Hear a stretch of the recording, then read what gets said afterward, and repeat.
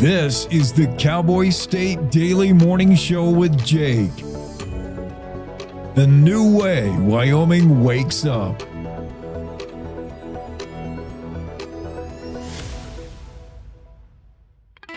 It's time to take a look at what's happening around Wyoming. From the Cowboy State Daily Newsroom, I'm Wendy Kaur. President Donald Trump's decision to bomb 3 nuclear facilities in Iran is being met with praise from Wyoming's congressional delegation. Representative Harriet Hageman told Cowboy State Daily's Matthew Christian that she's hopeful Trump's decision will provide security to the Middle East and the rest of the world. Barrasso and Lummis said that it was the right decision, and Hageman said that she was optimistic that it would result in peace in the Middle East and around the world. Barrasso and Lummis both mentioned that Iran was a major threat to the world, and Hageman also thanked the troops and said that she was glad that the troops were safe. Trump said on Truth Social that that she was somebody that you loved. She wanted to help everybody, even though she had struggles in her life. Her focus was on other people, and that she was the kind of person that just engaged other people to try and help them and be a support. The girl's mother said Samantha and Hannah were more than best friends and that Hannah is lost without her sister and, quote, figuring out how to grieve. Cheyenne Frontier Days has officially busted out of the chute for its 129th year, bringing wall-to-wall cowboy culture to the masses. In the eyes of some, CFD is the epitome of Western values, ambition, grit, tradition, and sacrifice. The event is increasingly searing its brand on a growing number of visitors who this year arrive from 31 countries and every single U.S. state. Cowboy State Daily's Zach Sontag spoke to some of those out-of-staters who are hooked on Frontier Days. For a lot of folk in Cheyenne, rodeo is in the blood. They've seen it their entire lives. But then you see folk from the East Coast, from the big city, from New York, from Brooklyn, coming out to Cheyenne. And it is otherworldly. It is something totally exotic, totally alien, and they absolutely love it. They love the fashion. They love the culture. They love the excitement. They said, compared to what they've seen, other rodeos elsewhere, Cheyenne Frontier Days is the absolute best of the best. Whether this is your proverbial first rodeo or just your first time to Cheyenne, Frontier Days is going to leave a mark, especially if you're coming from a big city. Anecdotal evidence suggests bison might have specific behaviors associated with death and mourning. Cowboy State Daily's Andrew Rossi reports about one recent incident in northern Yellowstone in which several bison were maintaining a constant vigil around one that had died, circling around the carcass for more than an hour. We like to anthropomorphize or give human emotions to other animals, so it's not really safe to say if bisons have emotions in response to death, but I spoke to several people who observed bison doing the same similar sort of patterns when confronted with a carcass of any animal, let alone another bison, where they sniffed, they circled, they held their tails erect, and they lingered in the area for a prolonged period of time. We don't think of them as particularly intelligent animals, but they might have some observable and documentable rituals associated with the concept of death or around carcasses. Elephants, dolphins, whales, chimpanzees, and dogs have exhibited distinct behavioral changes and reactions when confronted by death. But there's no scientific evidence suggesting bison understand the concept of death or have specific mourning rituals. I'll be back with more news right after this. The Wyoming way of life. There's nothing like it. And no financial partner like your local cooperative credit union to help you live life the way you want to. We help you save for a brighter future. Borrow for your dream home. Start your small business. We've got your finances, and you've got plans, so go ahead, pitch a tent. Head for the rodeo. Reel in a big trout. Fire up the smoker. Wyoming's credit unions are here to stay, and here for you. When Ian Munsick was writing his song Cheyenne, he was imagining what it would be like to headline the Cheyenne Frontier Days stage. Friday night, there was no more imagining. Cowboy State Daily's Renee Jean reports that Munsick became the first Wyoming native to headline Cheyenne Frontier Days with a chorus of adoring cheers and whistles from fans who had come for the show. When Ian was talking to me about it and he was explaining why it was so important, he actually started to choke up a little bit, talking about how, he's just a Wyoming boy who wanted to go out there, make his state proud. And when he was talking about his parents being in the audience, that's what he's really nervous about. His dad's the one who taught him to play. So for him, getting to play Cheyenne Frontier Days, getting the Cheyenne headliner belt buckle, all of that meant a lot. Munsick said he sees the Cheyenne stage as the biggest of his career to date.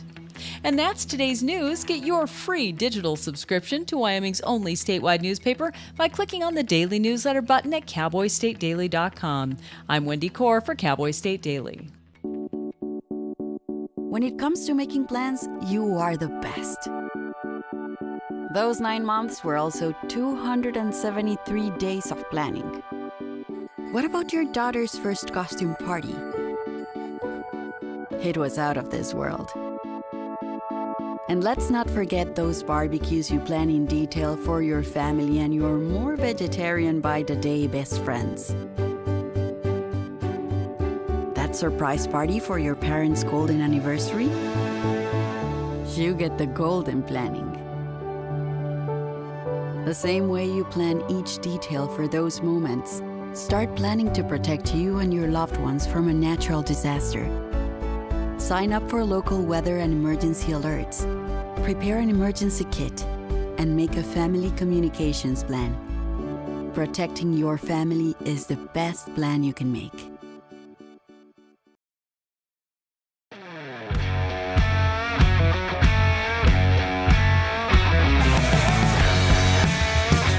Cowboy State Daily Show. It's a Monday.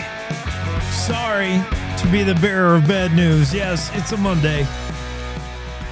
Rumors that Stephen Colbert would be taking over the Cowboy State Daily Show after he lost his night gig were wildly exaggerated. I'm back.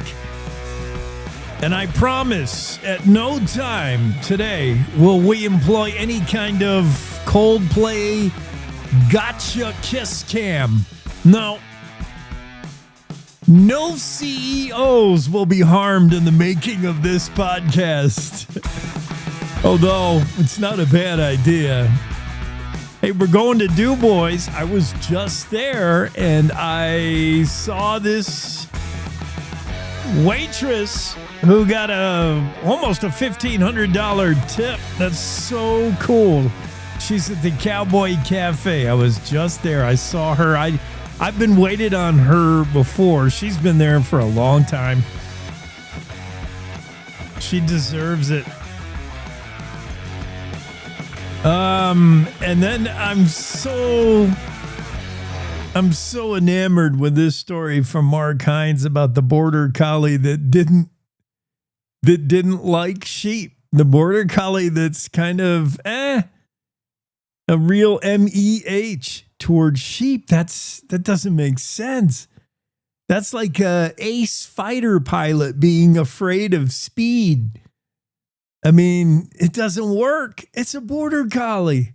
Everything in its DNA says herd sheep.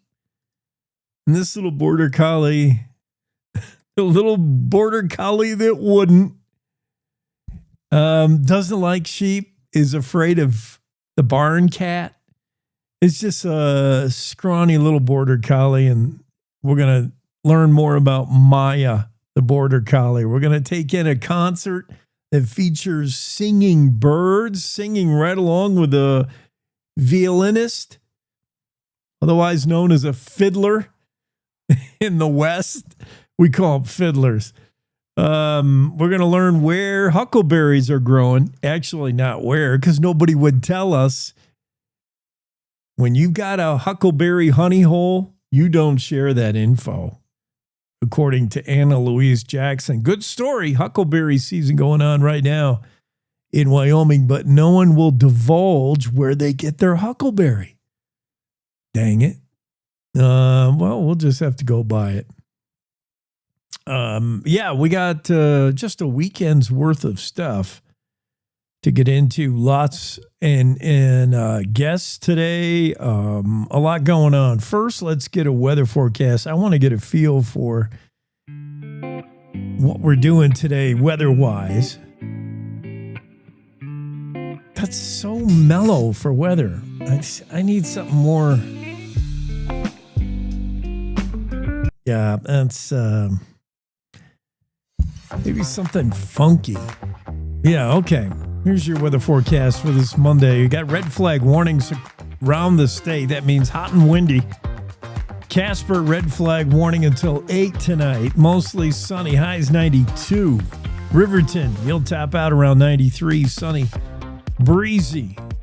Southwest, Wyoming and Evanston, red flag warning until about 8 tonight. Slight chance of rain in the afternoon would be helpful. Otherwise, mostly sunny with highs 80. Wind gusts, though, of 30 miles an hour or better. Green River, red flag warning. Partly sunny, highs 82. Western Wyoming, Pinedale. Red flag warning until 8 tonight. Slight chance of rain in the afternoon. Sunny, breezy, otherwise 80. Alpine. Might see some rain in the afternoon. Sunny and 88 in Alpine. That's warm. DuBois, red flag warning until 8. Chance of rain in the afternoon. Sunny, breezy, 79. Jackson. Slight chance of rain in the afternoon. Otherwise, mostly sunny, breezy, 83. Thermopolis, 93 today with just a slight chance of rain, maybe in the late afternoon. Otherwise, sunny. Cody, again, maybe rain in the afternoon. Sunny with highs 86. Buffalo, slight chance of rain in the afternoon. Otherwise, sunny, 88. Sheridan, mostly sunny, hot, 93. Could see a cool off with rain about 4 in the afternoon in Sheridan. Gillette, sunny with highs 95 and wind gusts. Newcastle, 93, sunny. Torrington, mostly sunny and triple digits, 100. In Torrington, Lost, sunny and 93. Cheyenne, slight chance of rain after 3 in the afternoon. Otherwise, mostly sunny, highs in the upper 80s. Laramie, maybe some rain in the afternoon. Clouds increasing, 85, the high in Laramie. So pretty warm across the state and breezy. And that means, your trailer chains, watch those. Don't be dragging your trailer chains. Come on, pick them up. No saggy pants in Wyoming. No dragging trailer chains. I mean, if you're going to drag your trailer chains, then you don't care about your trailer. You're just putting the chains on for show at that point. You got to put the chains on fairly tight. You got to cross them and create a pocket. Am I right? Cowboys? Anybody who's hauling horses, hauling whatever, you're putting your chains on. These are for you bumper pull folks. You, everybody else with goosenecks. Hey, I envy you. They're a lot easier to back up. Who doesn't love the gooseneck trailer? But if you're running the bumper pull and you got your chains on, the chains aren't just like, the chains can help you out. The chains can save your fanny. And I had the chains save me once. Driving a forest road, bumpy forest road. Not as bad as Lake Louise Loop. That's in the news. Where's that story? I think Mark Hines wrote that. Who else would be out there driving the loop? That road is, it is Mark Hines. That road's pretty rattly. Just past Sinks Canyon State Park, south of Lander, is Louis Lake Loop Road. I've camped at Louis Lake. The road is nearly 100 years old, and you will swear it's not been improved in all that time. It probably hasn't. I mean, they probably grade it once every spring, and that's it. You know, they're not going to spend a lot of time on that. Forest Service. It was designed to handle Model Ts back in the day going, 15 miles an hour. Put, put, put, put, put on your Model T. If you drive your truck and trailer on that, you got a boat, you got a horse trailer, whatever, That's nothing but a workout for your undercarriage. Thump, thump, thump, thump. Washboard. Oh, potholes. That brings to mind, what's the best way to drive the washboard? I'm going to ask Mark. Is Mark one of our guests today? Stand by. All of a sudden, I'm all sidetracked on the trailer chains. Mark is not on today. Mark will be on tomorrow. So I will ask Mark, question to ask Mark. And I could ask Don Day as well. Washboard driving. Some people swear, and if you're not familiar with washboard roads, washboard back roads in Wyoming, they look like windrows, and they're created by wheel hop, which is created by people who basically are going too fast and trying to get some grip. You won't see them downhill. You'll see them when somebody's like getting into the accelerator. Somebody's trying to like pull up a hill on a gravel road or a dirt road. And if the wheel just spins for a second and it creates a little bit of a dirt bump behind it or stones behind it. And then the next guy comes along and he bumps up over that and his wheel spins and makes another row. And before long, because people are impatient, instead of slowly increasing your speed, people just jam on it. Like, oh, I got to get up this hill. Whoa. And you spin your wheel for a second, and then once they're created, once you get a series of these washboards created, you're just going to make them worse. You just wheel hop. And before you know it, you got Washboard Road, and they're everywhere. And Louis Lake Loop Road, just one of many that's got the washboard.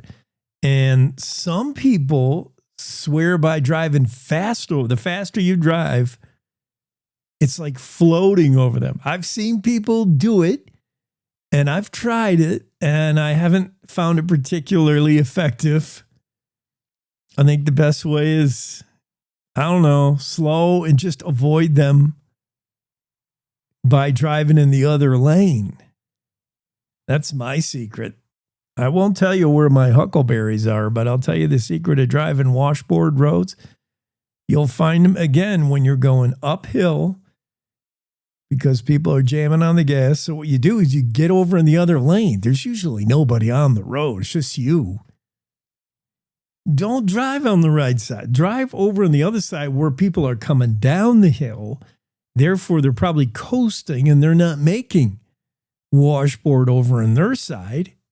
So drive up that side and drive easy so you don't create more washboards. That's my advice to you. But yeah, I take it slow. I heard that, the faster you go, you kind of float over them. I don't know if it works in pickup trucks because they have such stiff suspension. You're still going to get it. You're still going to get a teeth rattling ride no matter what the speed. Louis Lake Loop Road. Mark Hines writes a story. There's so many potholes, so many washboard areas, whiplash-inducing potholes, kidney-rattling washboarding is what Mark writes. He said, given the road's condition, it takes about 2 hours to cover 25 miles of the loop road. That's about right, especially if you're hauling something. You just can't go really fast. But yeah, if you get on bad road like that, I got on bad road like that. I was hauling a 4-horse trailer with 2 horses in it, and it popped right off. My trailer popped right off the hitch. Boop! Because of all the pounding. And I had created the pocket with the chains. You cross your chains, you keep them pretty tight, and it creates this little pocket. And if your trailer comes off the hitch, it falls down into the chain pocket. It'll drag a little, but at least you still got a trailer, and you'll know it right away.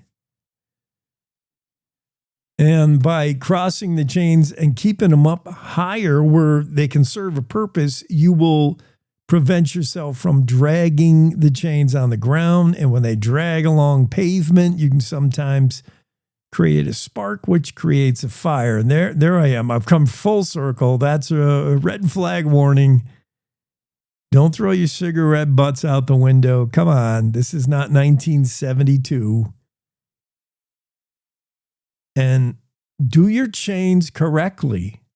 Pick up your sagging chains.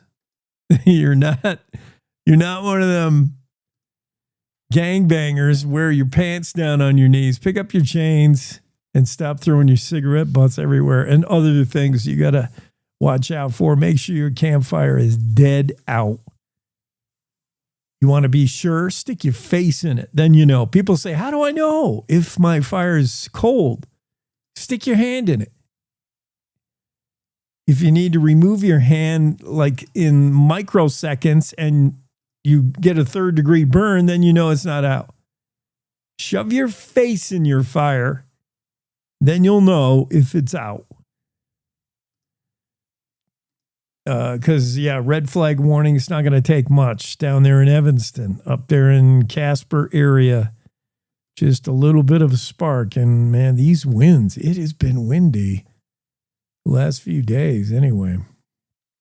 Greg Johnson will be on, and we'll talk about a little bit about sports. I'll ask him his preferred method for driving Washboard Road. Maybe. I don't know if Greg even gets out enough to get on washboarded roads, but we'll see. We'll take a look at notorious Hoback Canyon, which has avalanches in the winter.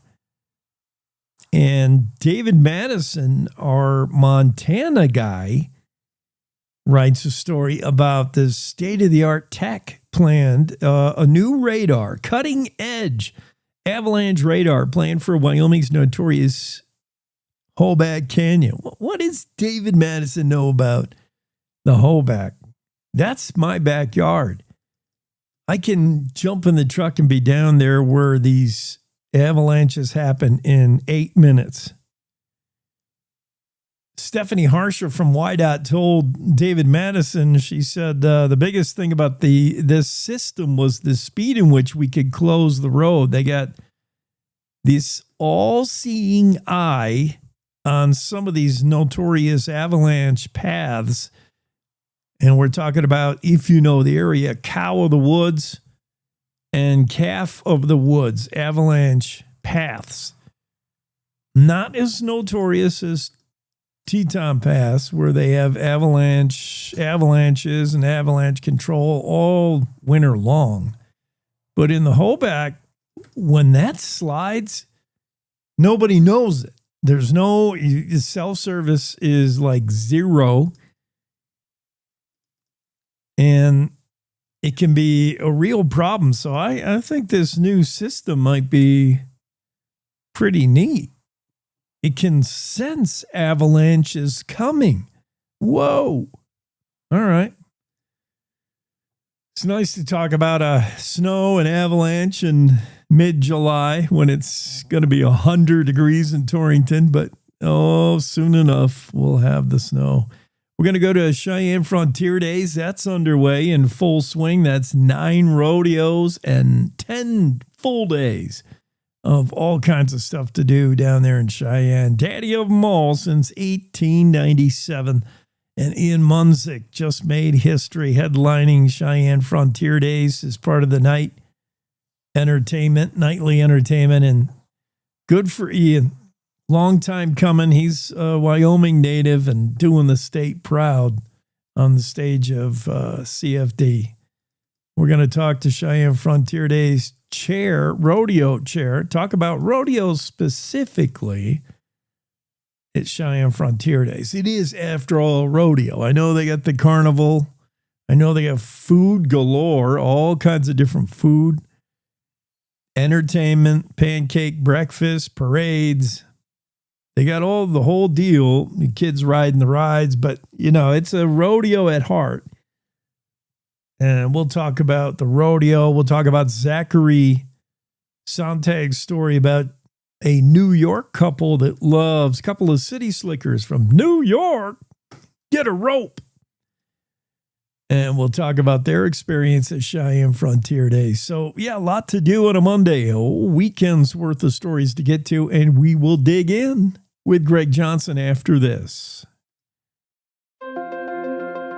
Wyoming is a big state. There's so much ground to cover, so many stories to tell. But the Cowboy State Daily News team is up to the challenge. I'm Wendy Core, host of Cowboy State Daily Video News. Whether it's politics in Cheyenne, energy issues in the Powder River Basin, or grizzlies in Yellowstone, our talented crew of experienced journalists are out there finding and telling the stories that matter. What's the best restaurant in DuBois? Renee Jean checks it out.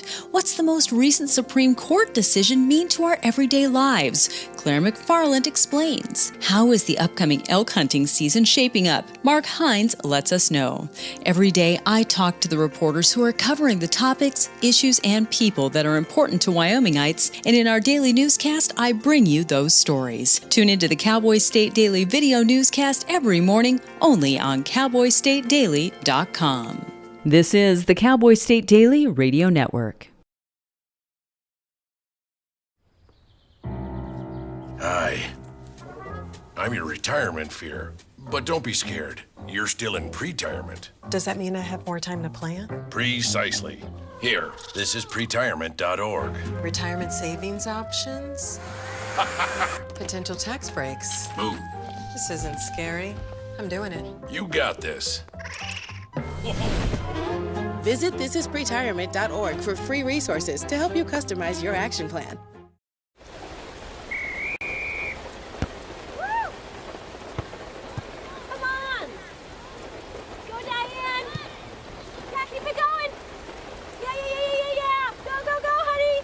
If you love them enough to drive an hour to cheer them on as they get beat 11-0 in the rain, then surely you'll check nhtsa.gov/the-right seat to make sure they're correctly buckled in the back seat. Throw that ball, Diane! Woo! You got this! So as a technical sergeant, E6. I served in Vietnam in 1969. I am a U.S. Army veteran. Have you ever helped a fellow veteran? Of course. Yes. Try to always be there for each other. I do my best reaching out to my brothers and sisters in arms. Have you ever asked for help yourself? It's always tough, right? I can't say that I have. I mean, If you don't have someone to kind of help you guide those thoughts, it can be really bad. Eventually, you just can't deal with it on your own. I guess it's a part of the military too, right? Service before self. It was drilled in, service before self. And you start to question, maybe people would be better off without me, When you realize that you're not alone, once you take that first step, there's so much support.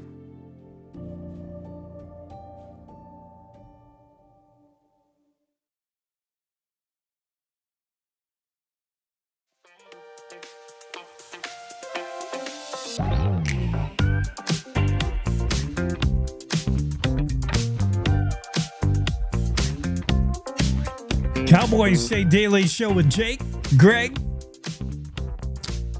And if all of a sudden the kiss cam came on, we would run away and hide. I don't want anyone to know about our relationship. Yeah, that's a wild thing, That puts the viral in viral. I mean, there was no escaping that story all weekend. Yeah.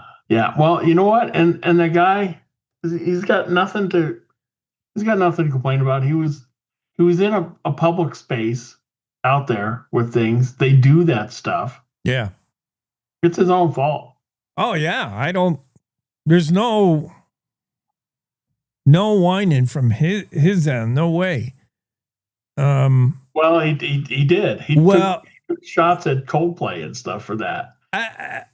Yeah, did he? Because after, like, the 24 hours after it happened, there was this letter circulating supposedly from him, but that turned out to be that was Snopes as not coming from him.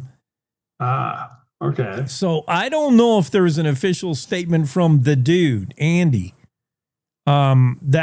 That early letter that he wrote, it starts out good, and then he like almost gets to the end where he's blaming Coldplay for, making public what should have been a private moment.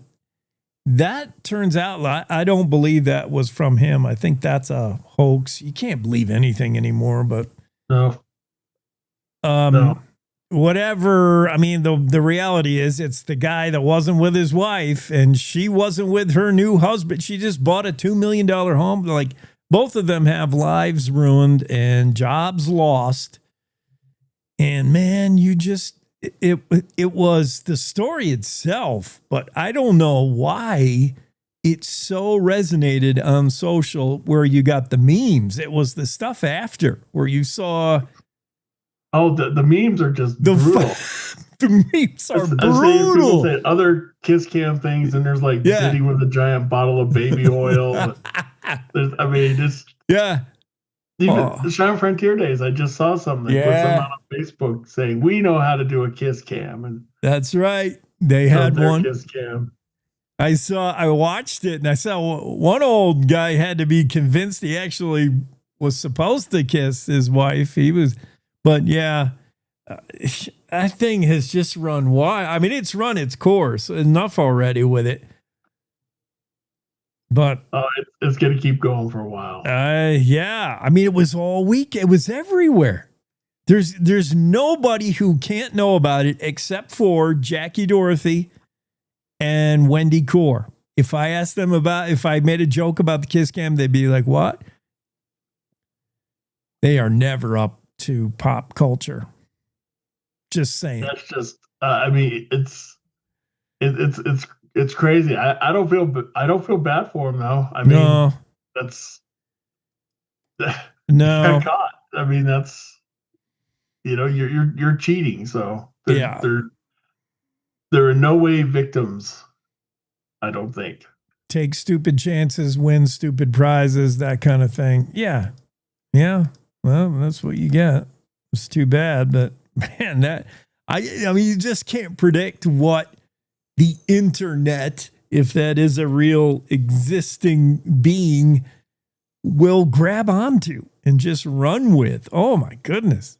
It was just, and I saw the memes. I saw the Photoshop memes before I ever heard of I'm like, why am I seeing people in that position? Like, I saw that before I saw the story. Oh, man. Yeah. I don't know if I'm glad or disappointed that the Rockies are no longer on pace to have the worst record ever. Oh. They're on pace to lose to win 39 games. What happened? You guys accidentally got on a winning streak? I don't know. Well, we lost our last one. Okay. You guys have won 2. Yankees have won their last 2 against Atlanta, heading into a crucial series with Toronto up there in Canada.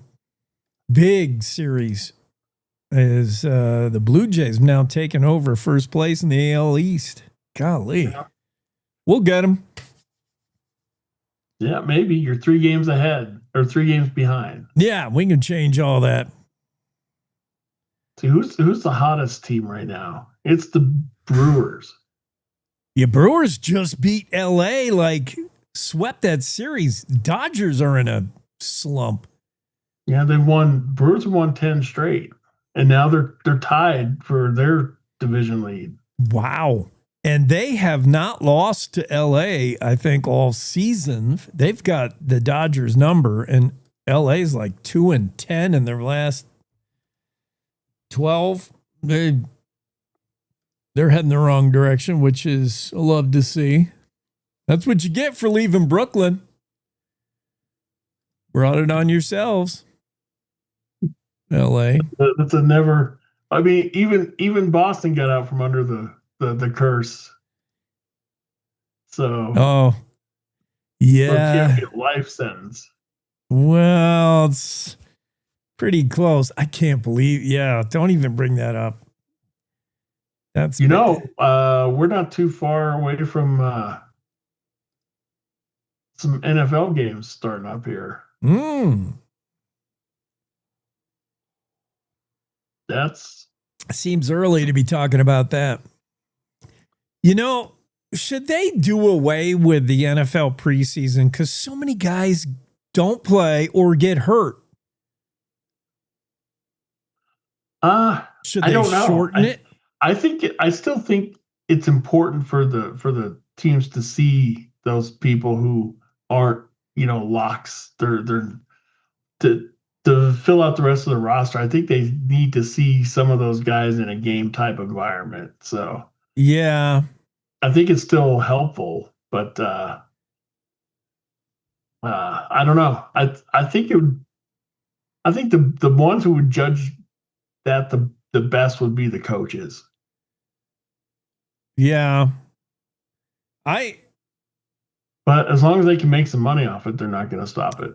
Yeah, and I don't know if it's that big of money, TV revenue, or because what they're going to do is the owners are going to say, well, we got to have games on these weekends. So if we don't have preseason games, they're going to want to make more regular season games. Well, I'd rather have that than have 4 weeks of preseason where you got guys that you don't even know who they are. They're deep round draft picks, and you're assessing them against other guys who stink. I mean, it's just like an extended college game because there's no A team playing. Yeah, you're not playing with a value starter to that, Jake, because you're going against another team with another scheme. So you do get to see how they go in a game environment. So yeah, I'd be happy cutting it in half. 2 weeks of preseason and add two to the regular season. There's only maybe 3 weeks now. Oh, okay. Because they went to 17 regular season games. But the players say, you go more regular season games and you're just asking for people to get hurt. Yeah. Well, I mean, at least it's for something. At least you're actually playing games that mean something. I don't know. I'd just selfishly, I love the NFL, so I'd be fine with them, being like baseball, playing 162 games. Yeah. It'd be a long season. Yeah. Well, the Raiders are in town for a series, Yeah. It's hard enough for these guys to play on Thursday night and then turn around and try to play on a short week. Yeah, there's Thursday, there's Sunday, Monday football, and then get to the end of the season, there's Saturdays too. Yeah, that's fine. I mean, more football, the better, as long as it's games that mean something, that are regular season games. And football, I don't know if we need to have it in August. I'm not ready for it in August. I mean, that first preseason game, I'm not watching them. I don't even know. You got guys with numbers. They run out of numbers in that first preseason game. They have triple-digit numbers. Who's that running back? Who do you have on your roster? Number 134. I don't know who that is. Oh, he's a walk-on from Mississippi Tech and Agriculture. Oh, yeah, that guy. Like, come on. They make the team once in a while, though. The guys with letters in their numbers. Rod Smith with the Broncos. He was undrafted. Yeah.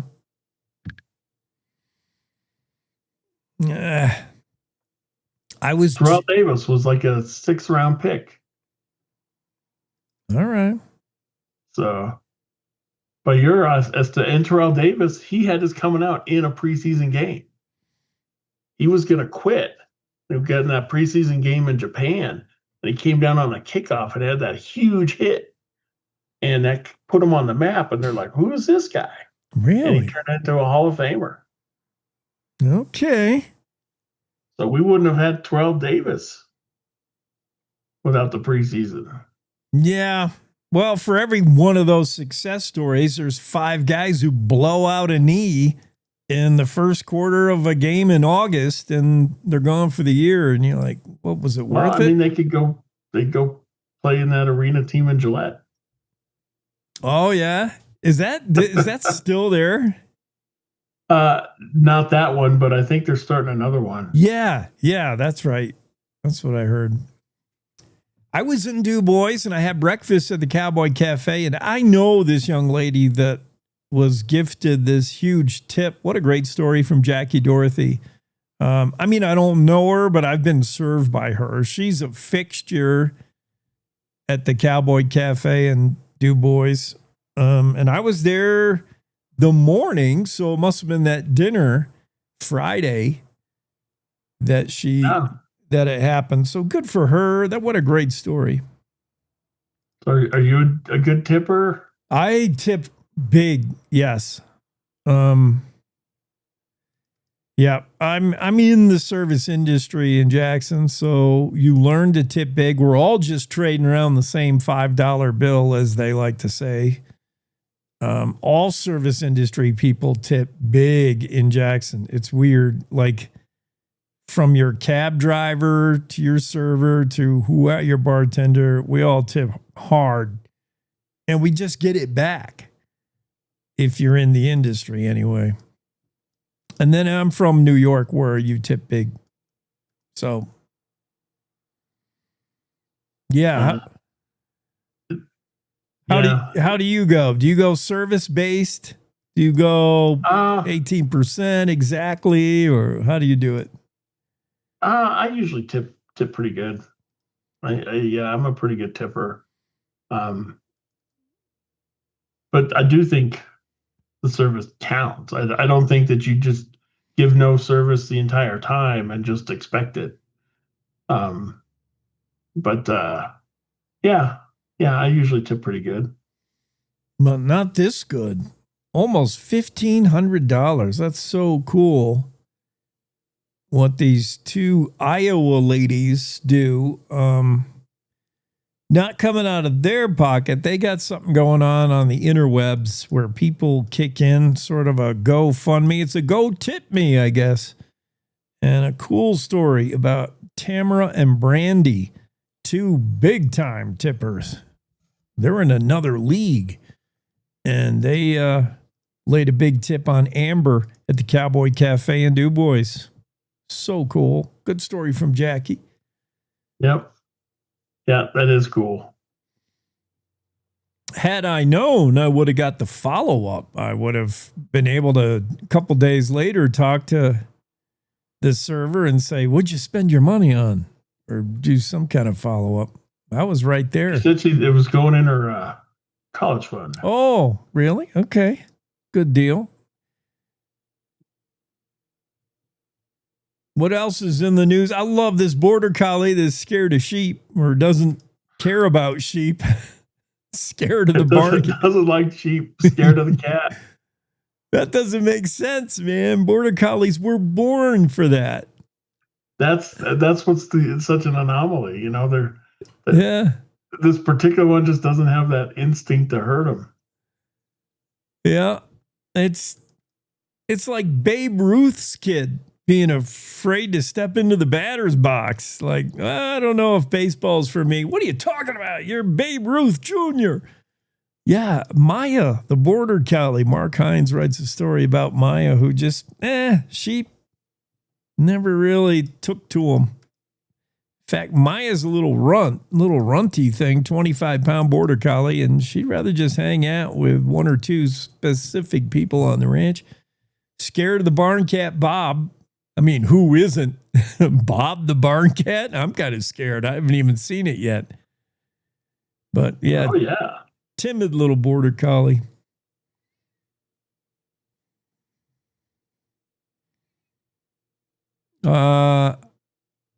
I wanted to get your method of driving over Washboard Road.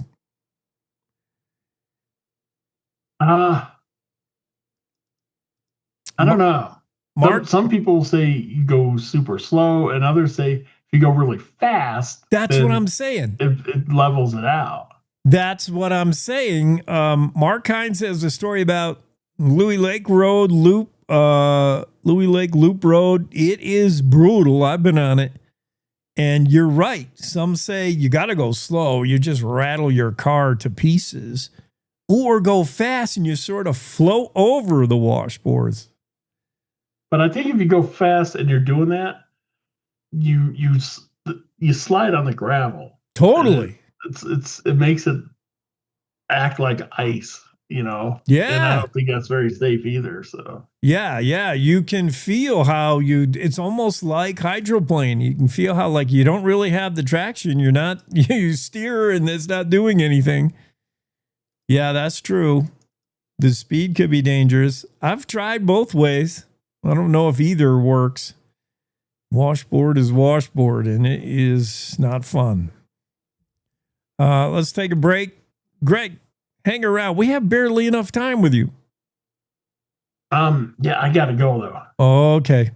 I'm really sorry, man. Understandable. It's a Monday. It is. All right, buddy. Have a great Monday. Greg Johnson. I'll see ya. Greg Johnson of the Cowboy State Daily Show. We'll be back after this.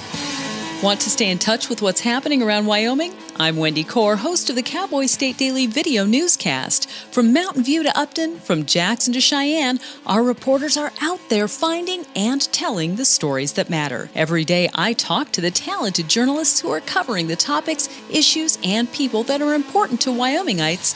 And in our daily newscast, I bring you their stories. Tune in to Cowboy State Daily video news every morning, only on cowboystatedaily.com. Wyoming is a big state. There are so many stories to tell, and here at Cowboy State Daily, we pride ourselves in bringing those stories to you every day. I'm Riley Strand, videographer and production assistant for Cowboy State Daily Video News. Every day, host Wendy Core and I talk to the experienced journalists who are covering the topics, issues, and people that are important to Wyomingites. And in our daily newscast, we bring you their stories. Tune in to Cowboy State Daily Video News every morning, only on cowboystatedaily.com. You're listening to the Cowboy State Daily Radio Network.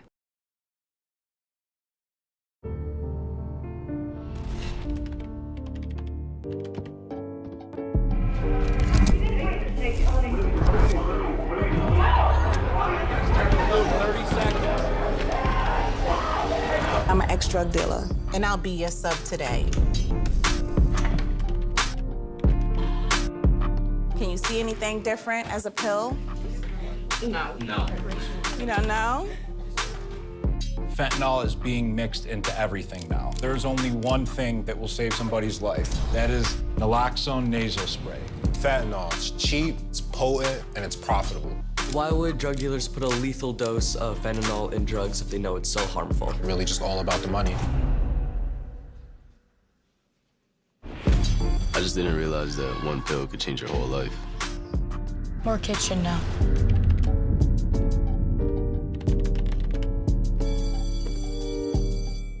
In today's digital world, it's hard to know who to trust. Your local TV and radio stations bring you the facts. Misinformation and deep fakes flood social media, but broadcasters deliver verified and accurate news. For news, emergency updates, sports, and entertainment, turn to your local stations. Text TV to 52886 and urge Congress to support the vital local journalism broadcasters provide. Did you hear?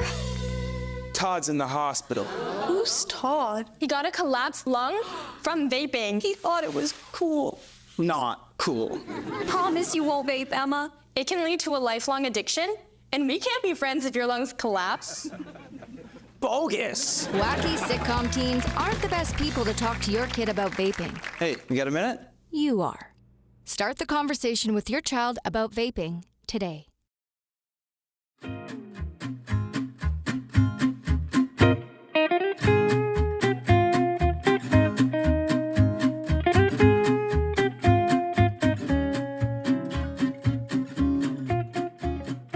I'm just catching up a little bit on Jim Baker.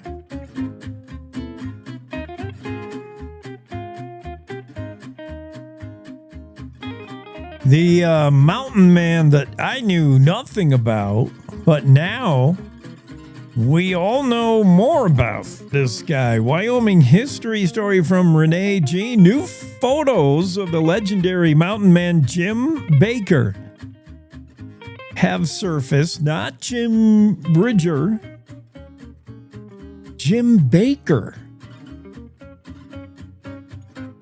I never heard of him. Historians have heard of him. They call him the famous mountain man Jim Baker, but they didn't know as much about him as they do now.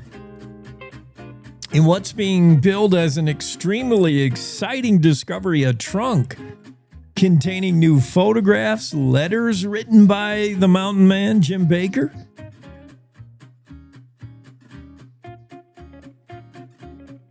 And never before seen photos. Legendary mountain man in Wyoming. A cache of letters written by an informant who was spying on the Wild Bunch outlaws.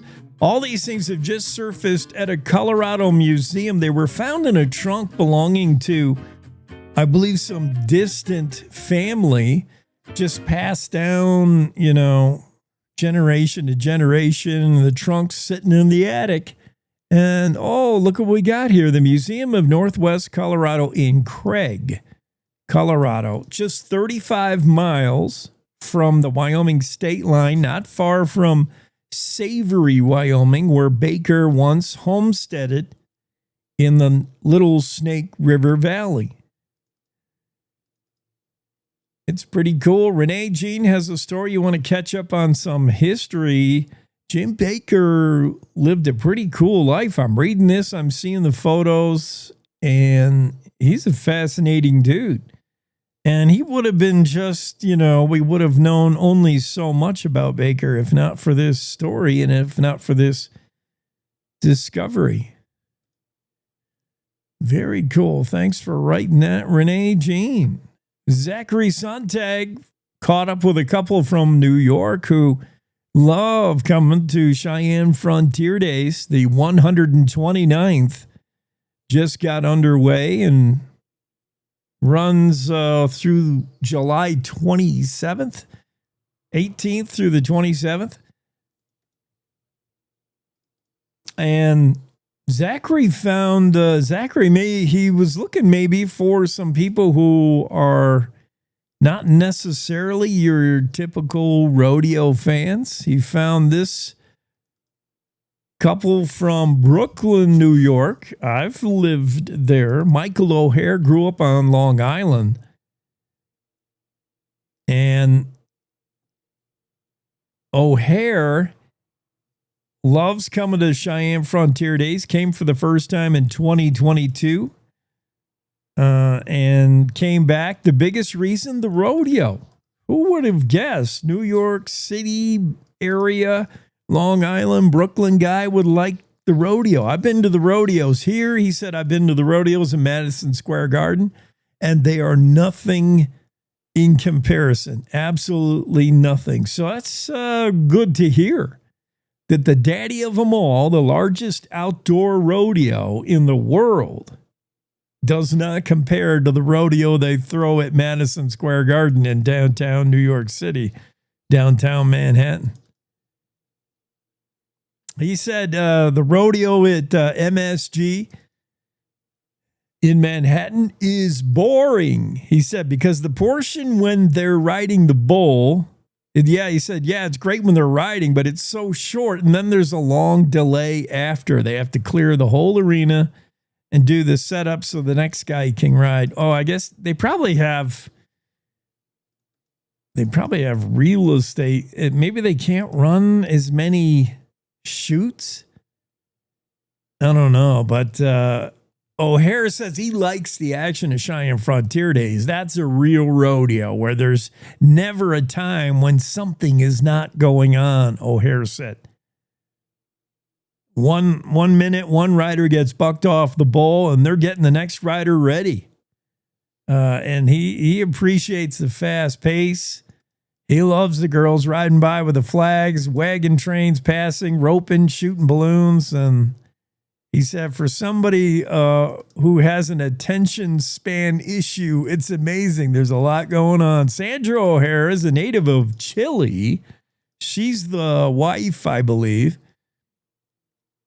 And she sees key differences in how they would rodeo in Chile and how they rodeo in Wyoming. And she admires CFD. What she likes best is the way animals are treated. I can imagine in South America, I know sometimes in Mexico, and I can imagine in South America, at least that's the stereotype, that they don't treat their stock particularly well. There's some great horsemen, great horse people in, let's say, Argentina. Real great cowboys in Argentina, no doubt. But they don't care for their animals quite like we do. They're a little harder on their horses. And I can imagine the rodeo in Chile leaves a little to be desired in how they treat their stock. What she likes, this O'Hare in the story, is she admires CFD. The animals are treated well. She says, I love they don't injure the animals here. In Chile, if the animal does not want to cooperate, they won't treat it very nicely. Well, there you go. On Cheyenne Frontier Days, and we'll find out later in the show when we talk to the Cheyenne Frontier Days rodeo chairman, Jason Bain, and he'll tell us all about how the animals are treated. The animals are in a rodeo, and it's certainly at CFD, treated like royalty. They're the athletes. They're the stars. So there's men and women rodeo contestants, and they're the ones who garner the points. They're the ones in the PRCA, but every bit the athlete, every bit the athletic star is the animals, the stock, the rough stock, whether it's bucking horses, bulls, you're roping horses, whatever. The animals are treated pretty nice. But it's a great story from Zachary Sontag, who caught up with some New Yorkers and what they think about Cheyenne Frontier Days rodeo that's underway right now in Cheyenne. You still have time to get there. Hustle. Still time to get there. Renee Jean also has a story about panning for gold. If you ever thought about the new Gold Rush 2, I guess, South Pass City, you can pan for gold. Some experts give you their advice. You're going to need patience. There's an art to panning for gold, says Renee. It's part patience and part recklessness. But you can still pan for gold today in certain areas of Wyoming, including South Pass City, where the annual Wyoming Gold Rush takes place every July. Willow Creek is one that attracts big crowds. Try panning. Try your hand at panning in Willow Creek. If you ever watch them pan for gold, if you ever seen it, it is laborious. And I can see where you need to pack your patience. You got to do it real slow and sift. And this is only to get the flakes. I mean, back in the day, you pan for gold to get tiny flakes that weren't necessarily worth a whole lot, but that was an indication that gold was probably nearby, and that's when you started digging. But you could still pan, you could pan, keep up with your costs anyway, enough to maybe buy another mule when you wore yours out.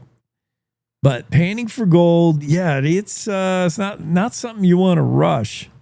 You got to swirl the water around until the gold, which should be the heaviest thing, sinks to the bottom of your pan. And by the time you get rid of all the dirt and pebbles and stuff, the only thing that should be left are your gold flakes. But you got to do it slow. Renee Jean, we'll talk to her tomorrow, and we'll see. She probably panned for gold. Renee likes to get right in there with her stories, whether she's reviewing a restaurant or whatever. I bet if she covered this, she probably took a chance on panning for gold. I'm sure she did. We'll ask her how it worked out, whether she hit the big payload or not. Panning for gold in Atlantic City, they're still doing it. In South Pass City, they're still doing it. Panning for gold. Find out whether that might work for you. We'll give you the tips on how to look like a pro. Panning for gold. Cowboy State Daily show with Jay continues. You've already found gold this morning. This Monday edition is going to have much more coming up. Thanks for joining us today on the Cowboy State Daily Radio Network.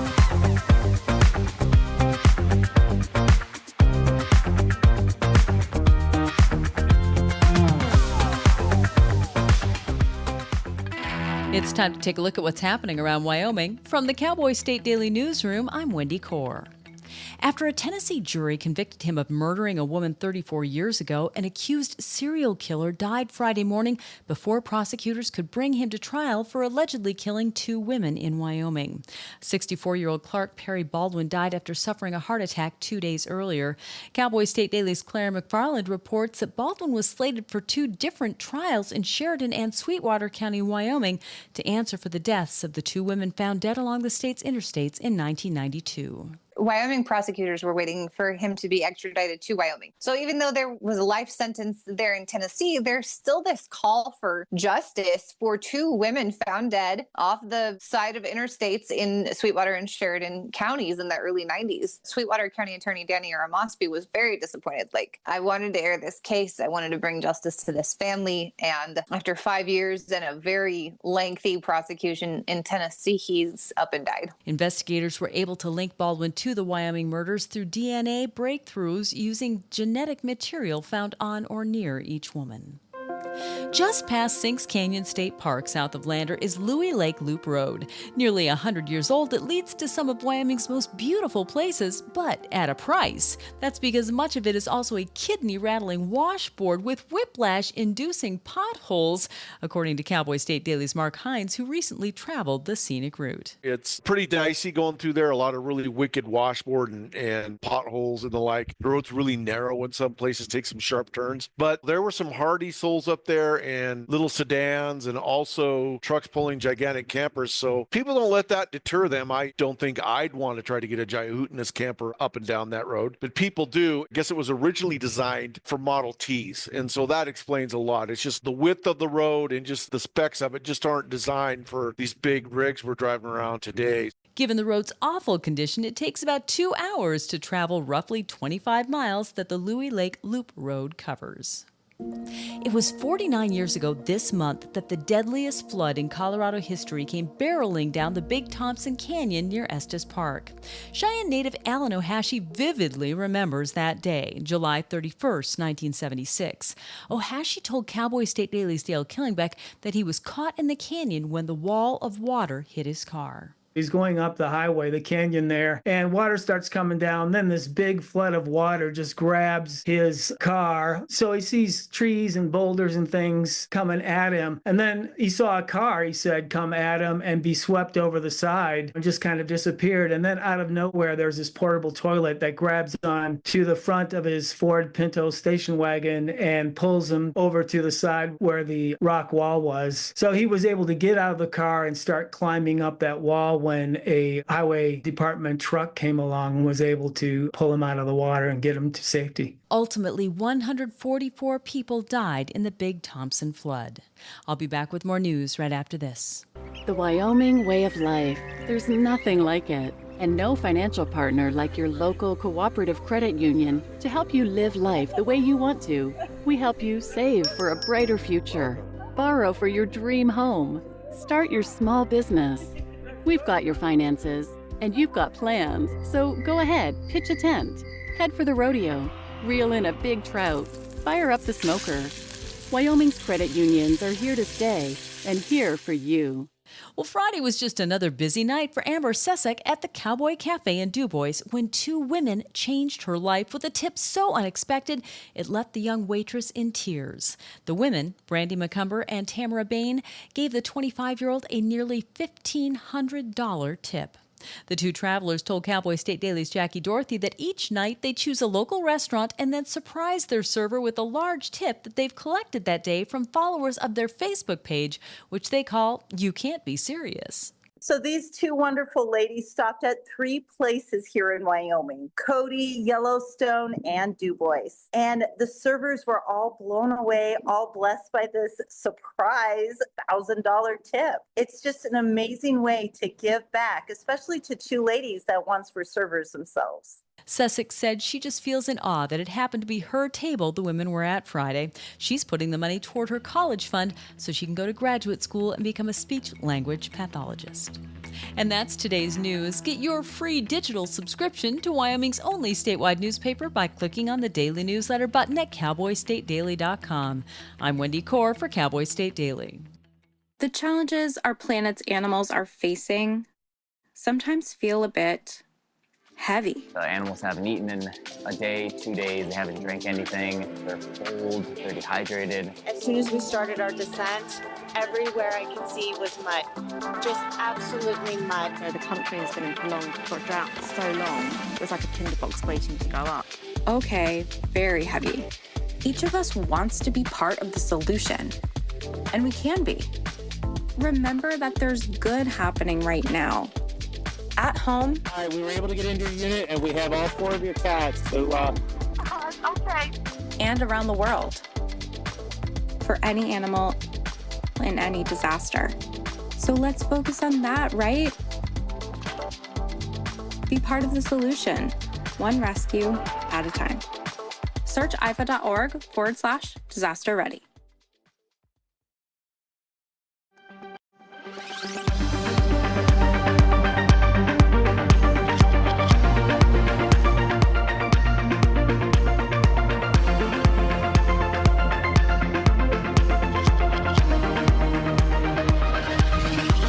Cowboy State Daily Show with Jake. Thank you, Shireen, the Adventure Queen, for filling in last Friday for me.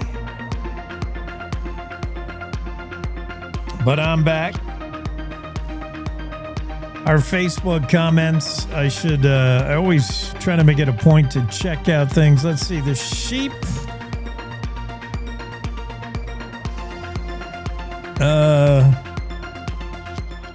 The sheep weren't in a well. I'm not sure what that means. Joanne's listening, though. Joanne says, good morning. And Lassie was a collie. She was a hero in her own right. Yes, Lassie was not a border collie, but Lassie was a collie. Like, I don't know the official breed. Lassie breed of collie. Remember Lassie? Lassie was a rough collie. And they're bigger, taller, but they are bred to herd. All those collies. Long-coated, rough collie. Lassie. Intelligent? Absolutely. Border collie. The smartest breed of dog there is. Period. And the most athletic. I mean, what else do you want? It's going to be too energetic for most people. Border collie, you don't want a border collie if you live in an apartment. This thing needs to be outdoors most of the time. It needs a job, or you're not going to have a very good time with a border collie. You better give it an assignment. And it's super smart, super athletic. And the story we're talking about this morning is about the border collie that didn't like sheep, just didn't care for sheep, showed no aptitude towards herding sheep. The border collie, that's its function, that's its job. It was bred to herd sheep. How many generations of sheep herding?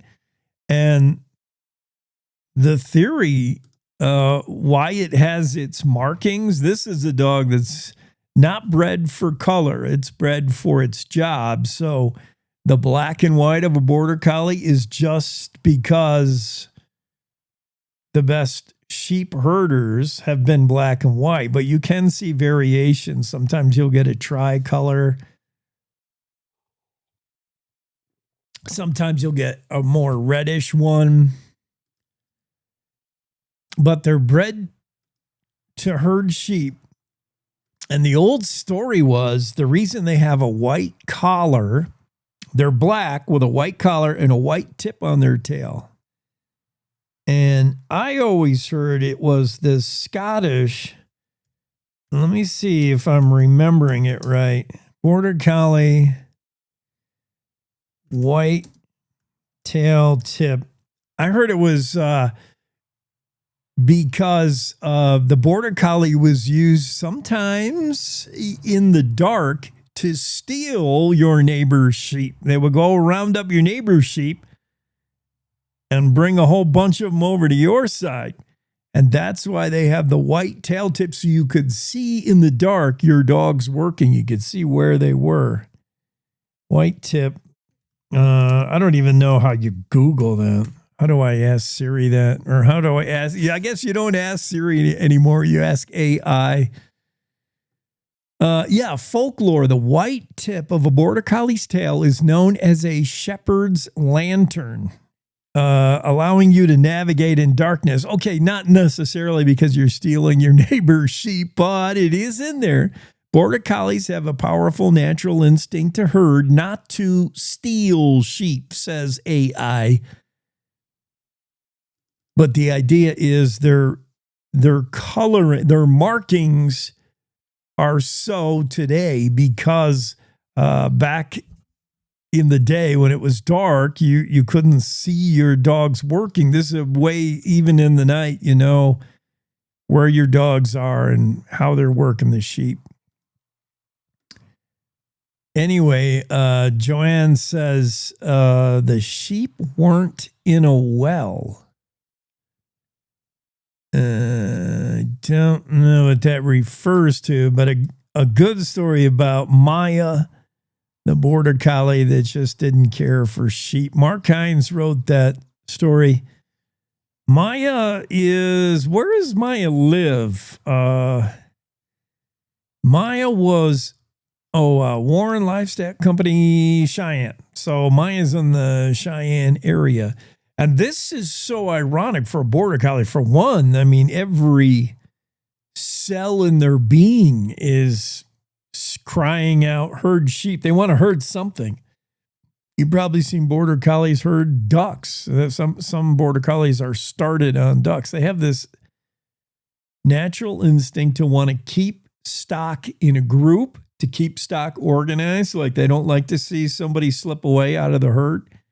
They want to keep them bunched and they want to move them somewhere. Maya was born under a sheep wagon on one of Wyoming's oldest sheep ranches, the Warren Livestock Company, founded near Cheyenne in 1886. Maya was owned by a Peruvian sheep herder. The ranch employs Peruvian sheep herders. They work on 3-year visas. So the herders are over here in Wyoming from Peru, and one of them had this dog, and the dog had a litter, and Maya, I think, what was one of them, and then the sheep herder has to go back to Peru after 3 years and get another visa. So the ranch hung on to the dog, kept the dog, especially considering this wasn't a very useful dog for the Peruvian sheep herders.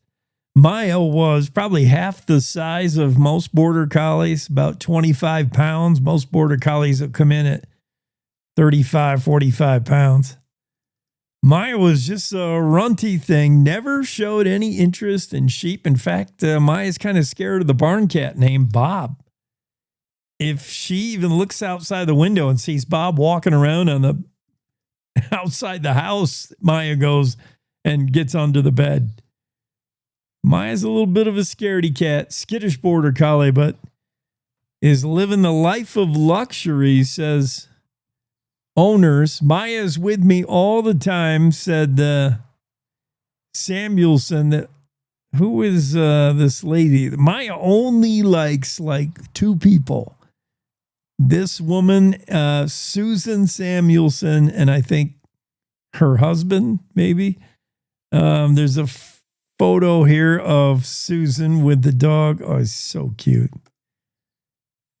Love me the border collies. Yeah, there's a bunch of border collies, a bunch of sheep at the ranch. They use Great Pyrenees to guard the stock, and then they use the border collies to herd. But Maya just never really took to it. No interest in sheep and kind of scared of stuff, including Bob, the barn cat. Susan says, she's my dog now. Follows me everywhere I go. Maya's right there. She's living the life of luxury. So cool.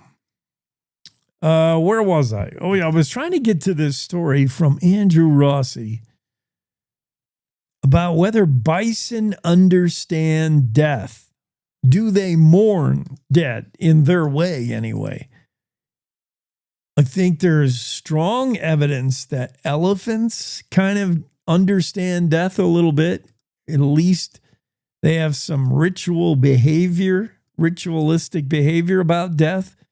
And you've probably seen many times videos out there about elephants doing things when one of their herd members dies. Like they appear to mourn death. They appear to understand what it means. Is it the same with bison? Now, I don't know. Elephants, the memory of an elephant, they say they got a great memory. Bison, not necessarily known for any kind of brain power. I've never heard of anything about a buffalo being smart. In fact, bison appear to be pretty dumb. There's one of the reasons they were nearly slaughtered to extinction is the fact that they don't run away. I mean, maybe they're not afraid of anything, but Buffalo Bill Cody and his 50 caliber sharps would sit there and shoot them. Bam, there goes another bison, falls down, and the bison next to him had very little reaction. Might have startled for a second, might have run for 10 yards and then stopped.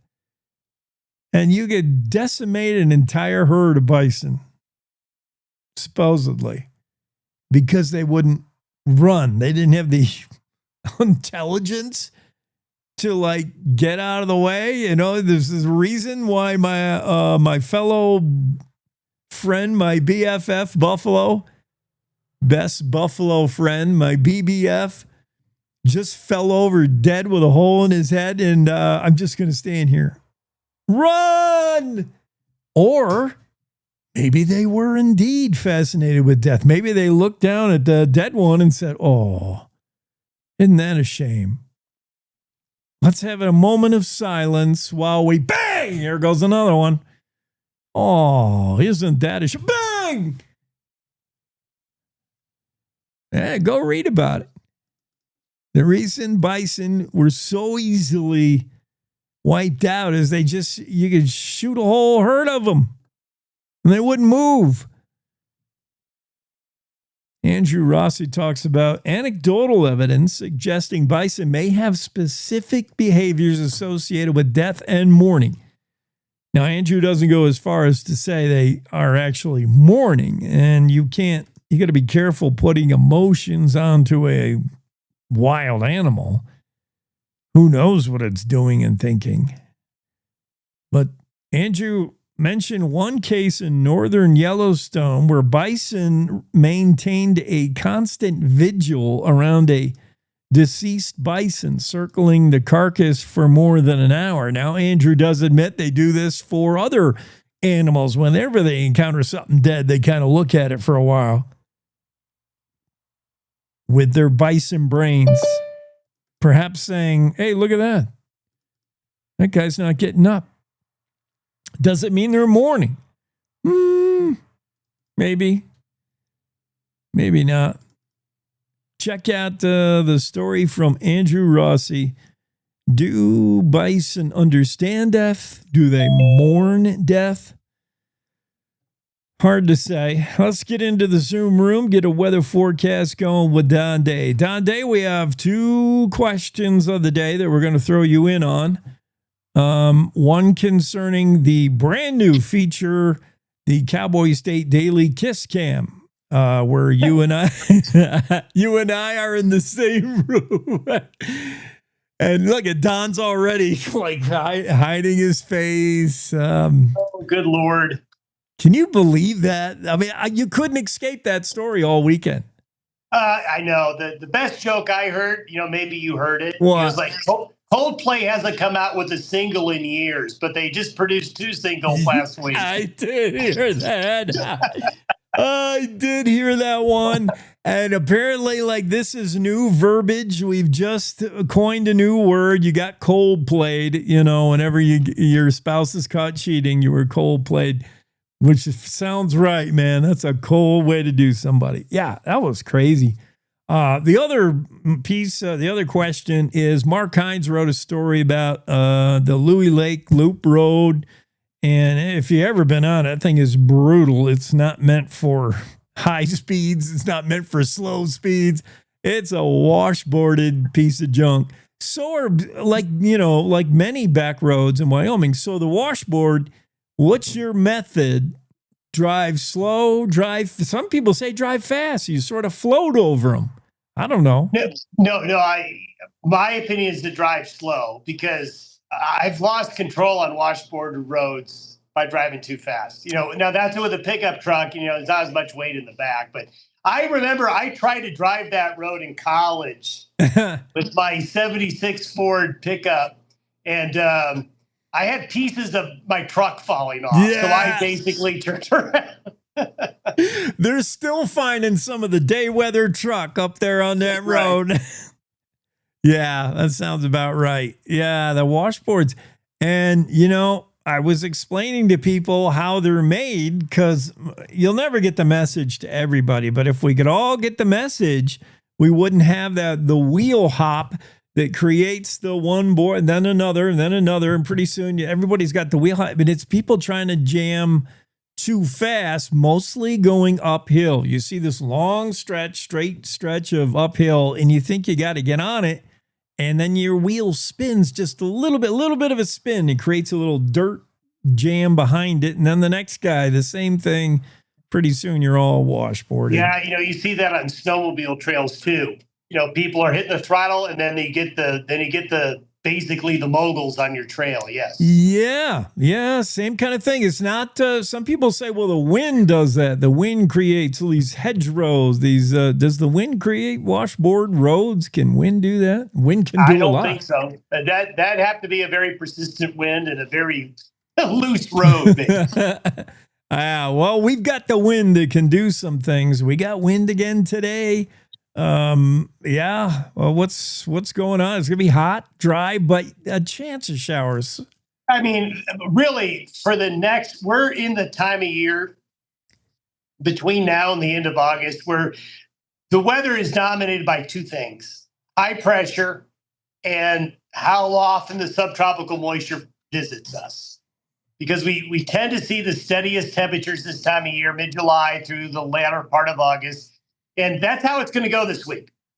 We're going to see isolated thunderstorms today and tomorrow. There's going to be kind of a concentration of storms today up on the northern border along the I-90 stretch in northeastern Wyoming. And that's going to be the case tomorrow. The rest of the state, just spotty activity.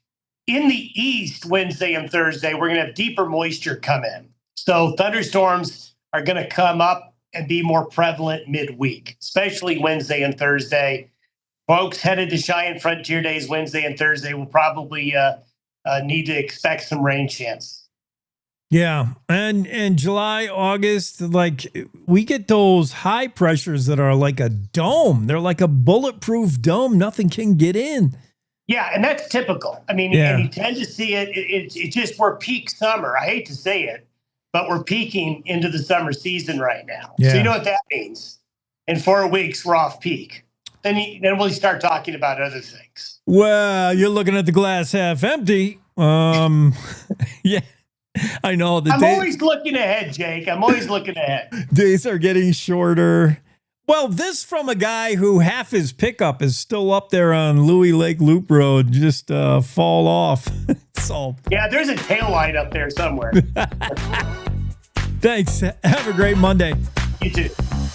Cowboy State Daily Show. Don Day with a day weather forecast. We'll take a quick break. Coming right back at you on the Cowboy State Daily Radio Network. To the Teton Range, Cheyenne to Sheridan, Rawlins to Ralston. Cowboy State Daily Morning Show covers the state like no other radio show or podcast. We love Lovell. We're eager to share the stories of Story Will Crow About, Crowheart, and Yodel Over Yoder. Whether you make your home in Sweetwater, Chugwater, Powder River, or Green River, the Cowboy State Daily Morning Show will make you feel right at home. Jeffrey City, Atlantic City, we see you. Little America, Big Piney, you're on our radar. Howdy, Wapiti, Meeteetse, Shoshone, Ten Sleep, good morning. Welcome, Torrington, Riverton, Wheatland, Lusk, Lingle, Lander, Timber, Casey, Kerwin, Moorcroft, Mountain View, Moose, Fort Bridger, Fort Laramie, Fort Washington, Hannah, Hudson, Hewlett, Dayton, Daniel, and DuBois. We are east of Weston, west of Midwest, north of Newcastle, and south of Sundance. Border to border, we love Wyoming and every one of its communities, bar none. This is the Cowboy State Daily Radio Network. When you hear the words nonprofit organization, what comes to mind? Is it a place your dog called home before finding you? Is it an organization that supports accessibility? Is it a place that ensures your safety and that of those you love? That protects endangered wildlife and habitats or fights for our most basic needs? It's impossible to show all the ways nonprofit organizations make a difference in our world. One animal, one person, one cause at a time, but it's not impossible to be part of it. When you give what you have to a nonprofit organization that needs what you can give, you help promote, protect, and strengthen the reach of these incredible organizations. The Nonprofit Alliance is here, helping connect people like you to the nonprofits that enrich your life, your community, and the world we share. Reach out to a nonprofit organization that inspires you today to find how you can help make the world a better place.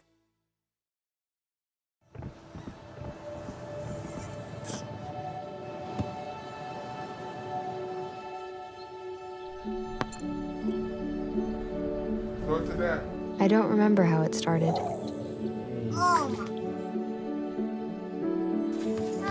Our back and forth. Victory. Fumble. Repeat. It always came back. Dad! Okay, here we go, throw it! Yeah. You probably don't remember what you told me, That was perfect. but I heard every word. Nice.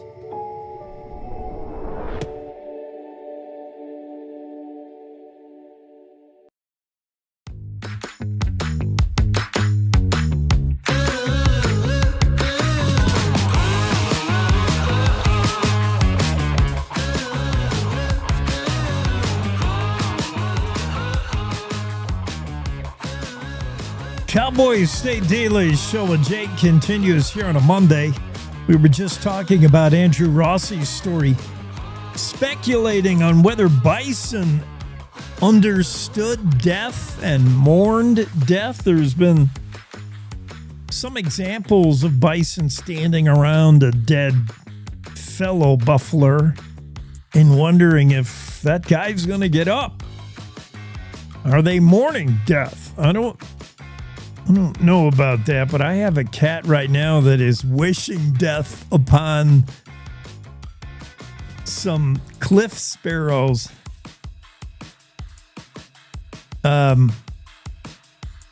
We got some barn sparrow, cliff sparrows, and they're right under the roof.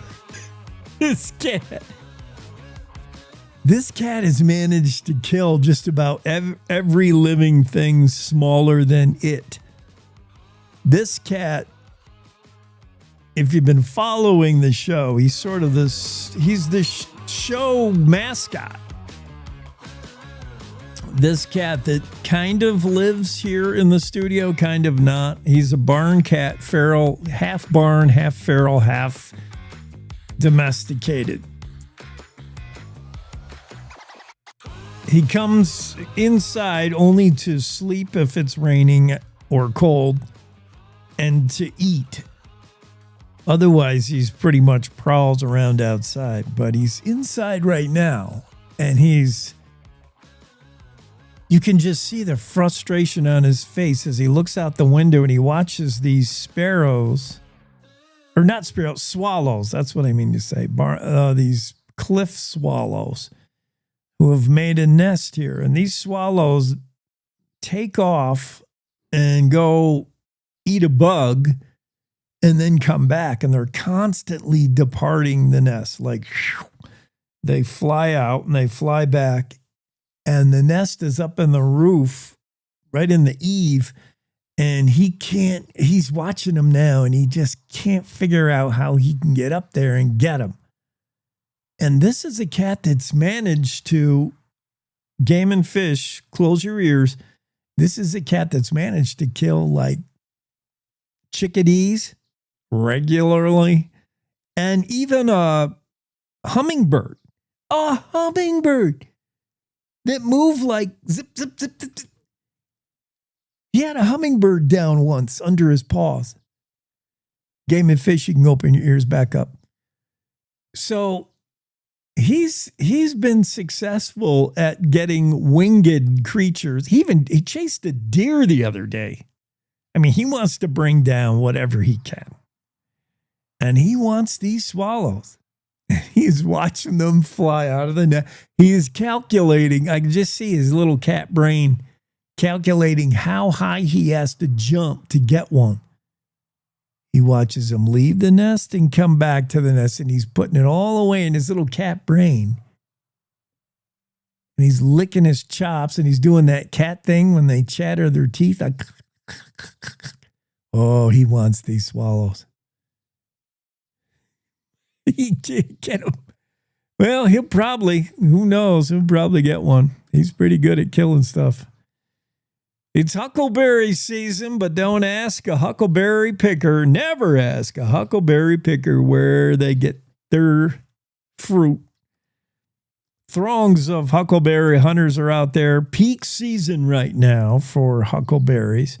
And kind of the same way you don't ask a hunter where he got his elk, or you don't ask fishermen where that honey hole is.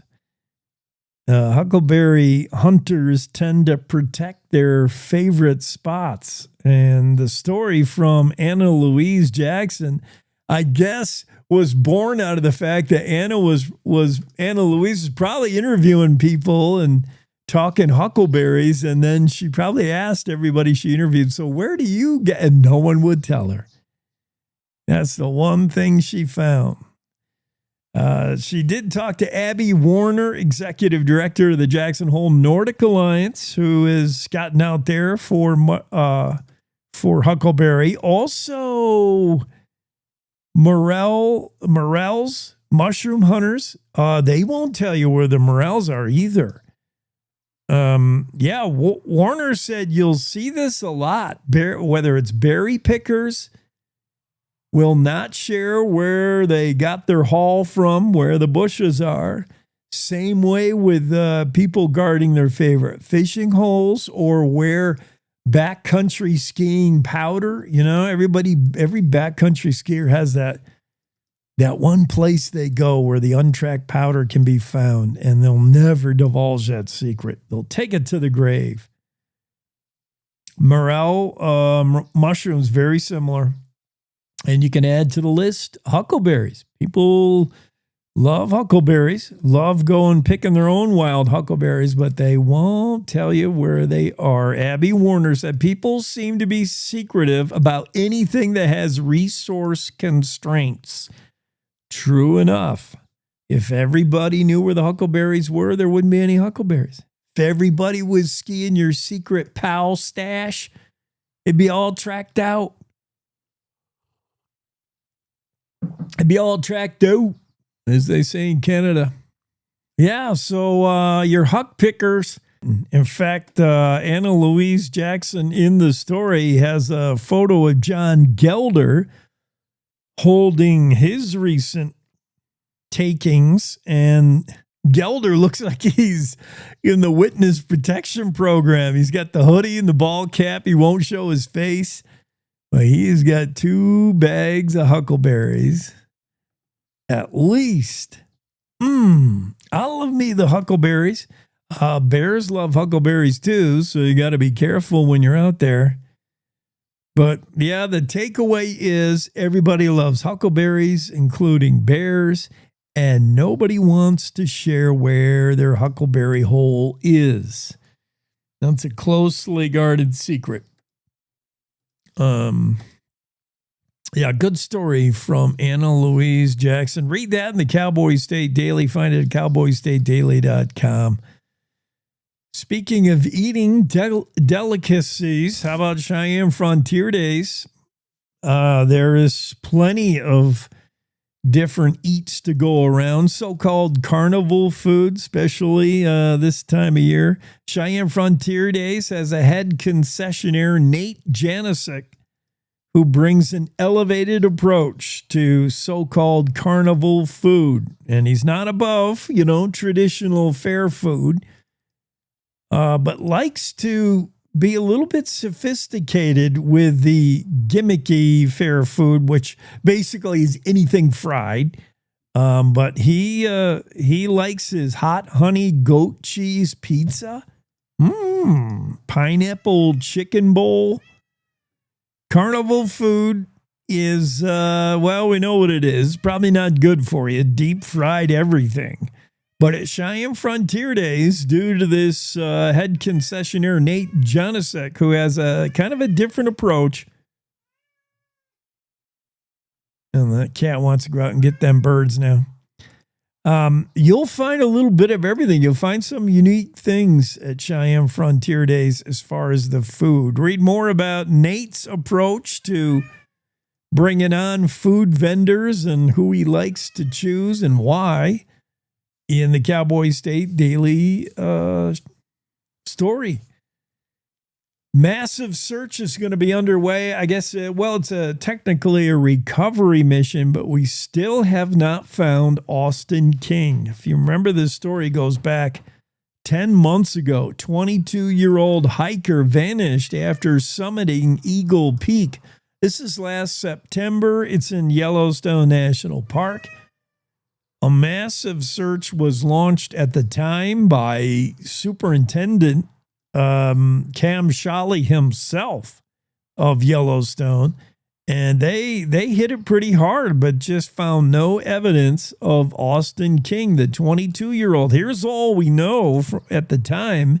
In September, he wrote a note. I mean, talk about evidence. He penned a note describing the summit as he made it to the top of Yellowstone's highest peak. And he wrote a note, and the note, I'm trying to read it now. It's hard to read. He said, "I can't feel my fingers and my glasses are so fogged from the ruthless weather of the mountains." So obviously, Austin King probably not prepared for the elements. I mean, this is September 17th. And when he left to start the climb, I'm sure, temperatures were pretty comfortable. And then weather moves in, and as you gain elevation, it gets colder, and weather can be completely different. And King writes, he continues in this note, which was left at the top of Eagle Peak. I guess he put it in a container, right? He left a note in the registry. Okay. Left a note in the registry. You sign in. He said, "I truly cannot believe I'm here after what it took to be here. I endured rain, sleet, hail, and the most wind I have ever felt." Oh boy. Welcome to Eagle Peak. Dense fog King said, I have free soloed too many cliffs to get here. Yeah, he had an RJ. He probably didn't take. In fact, he even says that I free soloed too many cliffs to get here, walked up a peak from the connecting peak, AKA not the right path.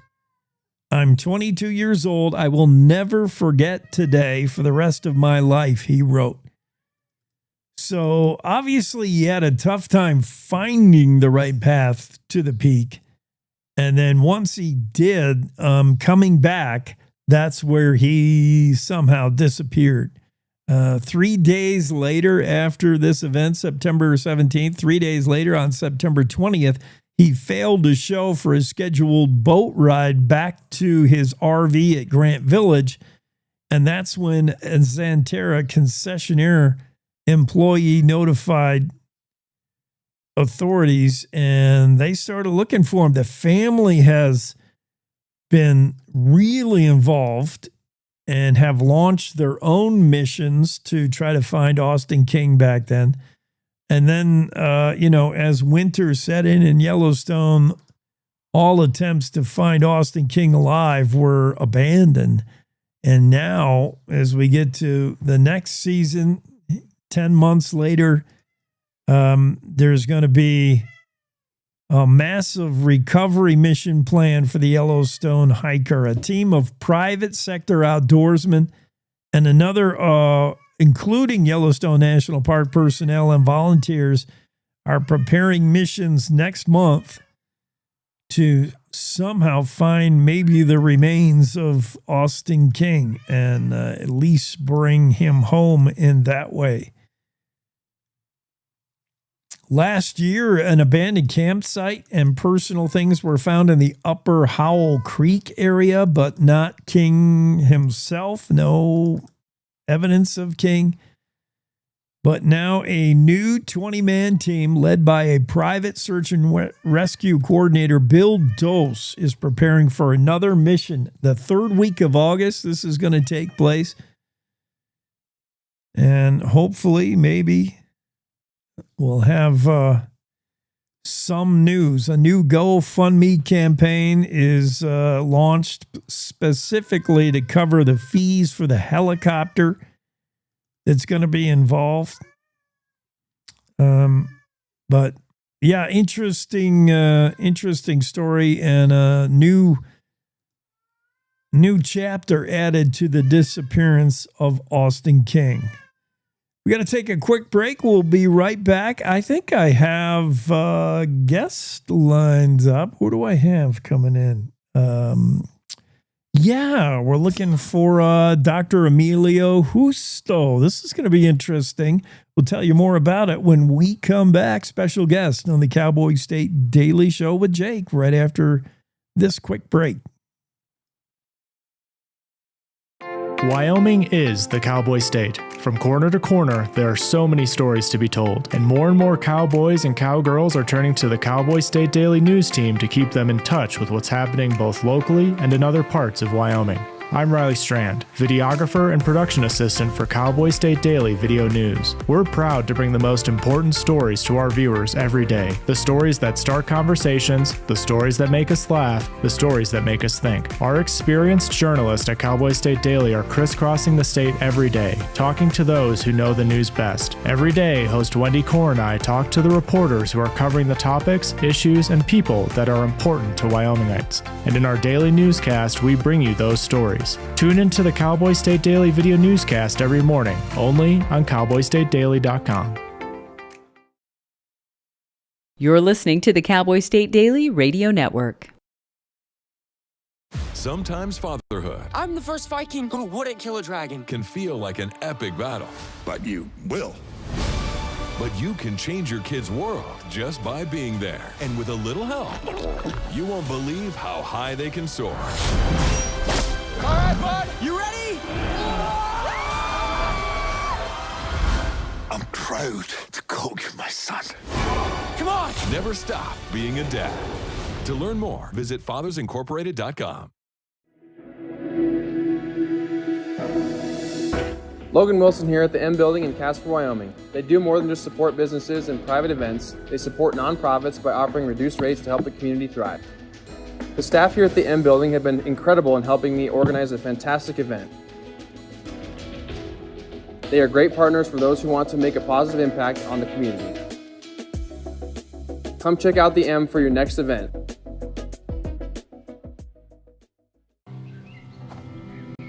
For decades, I've taught you everything I know.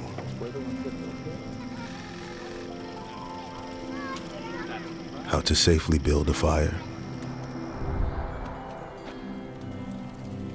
How to control the flames.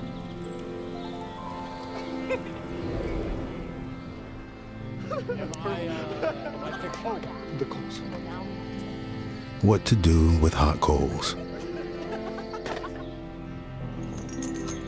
How to secure your chains. There's no sparks.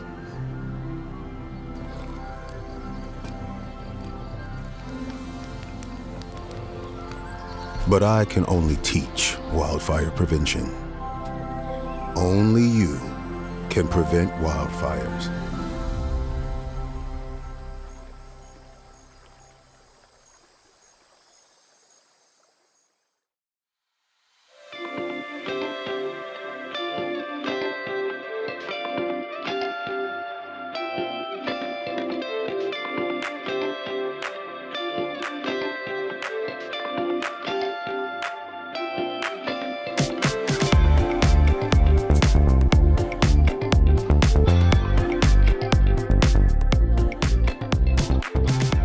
Yeah, it's the Cowboy State Daily Show on a Monday, July 21. And maybe we'll move to this day in history. Maybe. I'm still holding out hope that Emilio Justo will get on with us, but I don't see signs of him yet. Well, I forgot when we were on with Greg earlier, I was going to ask Greg what he thought about President Trump and his desire to make sports great again by changing back the names of a football and baseball team. President Trump wants the Washington Commanders to go back to using the Redskins. And he thinks it's silly that the Cleveland Indians are now the Cleveland Guardians. I'll tell you, Trump is doing some useful things. Never mind what our relations are with Iran and all that internet. Never mind the tariffs. All that stuff is beyond me. Things I can understand. Water flow in the shower head, which Trump has increased. Yes, these are important things. And he's put real sugar back in Coke. I mean, is this not the greatest president ever? And now he's making even more sense. He's telling the owners of the Washington Commanders football team, that's a stupid name, he said. Commander. He didn't even say it. He said the Washington whatevers. And President Trump may have some influence over this one anyway. CNN is reporting the story. Trump threatens to restrict stadium deal with the Washington Commanders if they don't change their name back to Redskins. So he may have some leverage. On Sunday, he escalated his call, and I guess he's been saying this for a while, that the Washington football team should go back to the Redskins. And he said, Trump said, quote, on Sunday, I may put a restriction on them, Trump said, that if they don't change the name back to the original Washington Redskins and get rid of the ridiculous moniker Washington Commanders, I won't make a deal for them to build a stadium in Washington. It's unclear whether the president of the United States has influence over the new stadium. Maybe he does. I mean, he is POTUS. He said the team would be much more valuable and the deal would be more exciting for everyone, Trump wrote on Truth Social. The organization left Washington for Landover, Maryland in 1997, but District of Columbia Mayor Muriel Bowser and the team announced a deal in April to bring the Commanders back to D.C. At the site of the old Robert F. Kennedy Memorial Stadium. That was that was back when football was great. RFK. When the Redskins played at RFK and it was a rainy day, all the guys would be all muddy. You couldn't even see their numbers. That was back when football was real, says Trump. Back when Washington was the Redskins, not this Commanders business.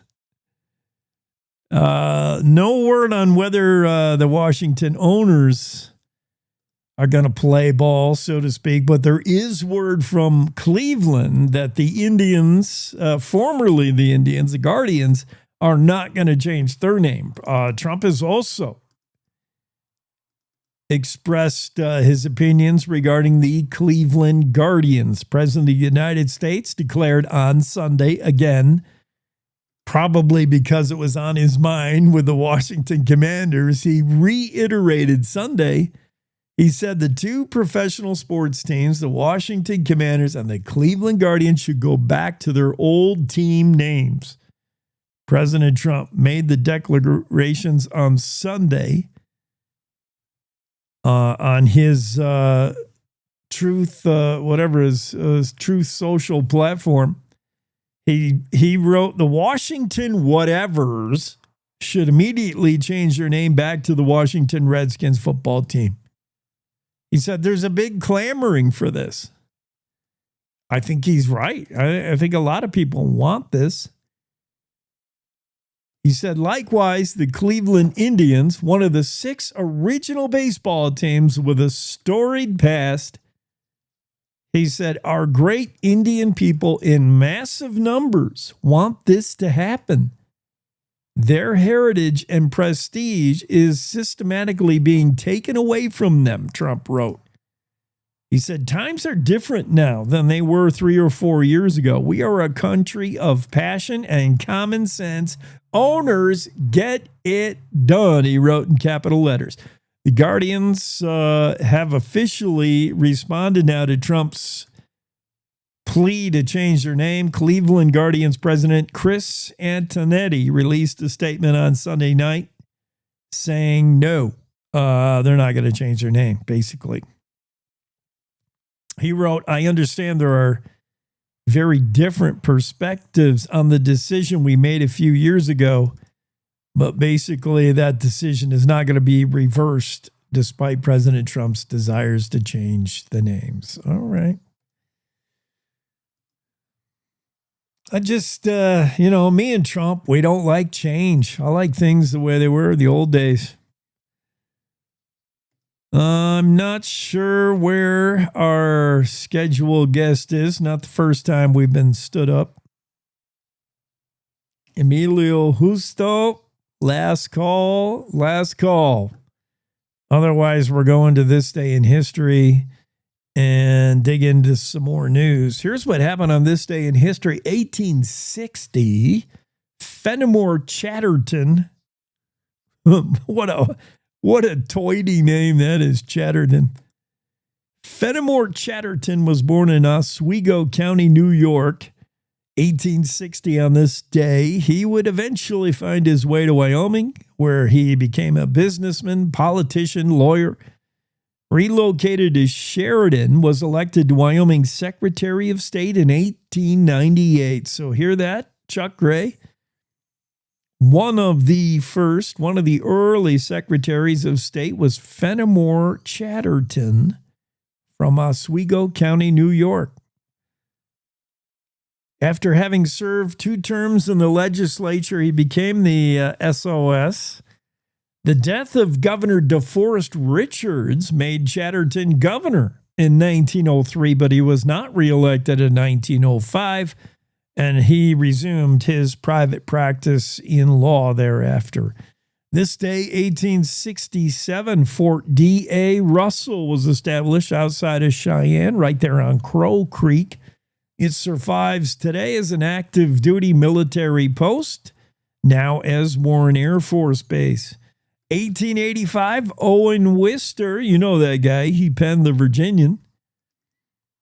He was in Medicine Bow. Here's what the listing says. And sometimes, again, I never tire of complaining about my source for Wyoming history, but it is the most extensive, if not the most frustrating, because it doesn't often adhere to normal rules of grammar, and it isn't often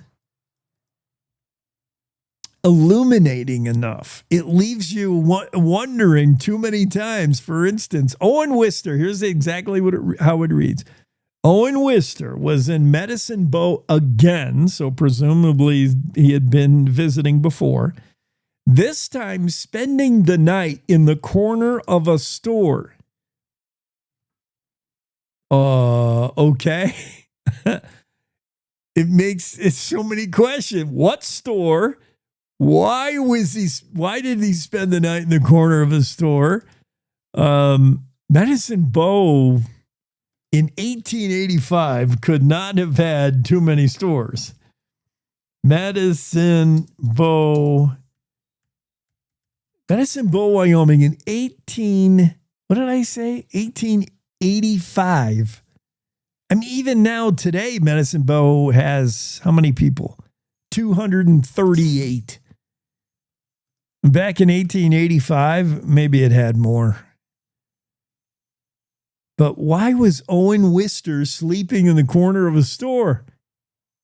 Okay, the Virginian Hotel, historic hotel located in Medicine Bow, built in 1911 by August Grimm, believed to be named for the Owen Wister novel, which is set in and around Medicine Bow, yes.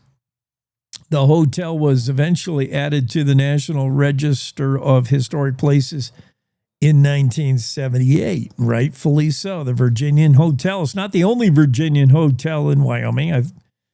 There's probably a handful. There's one in Jackson.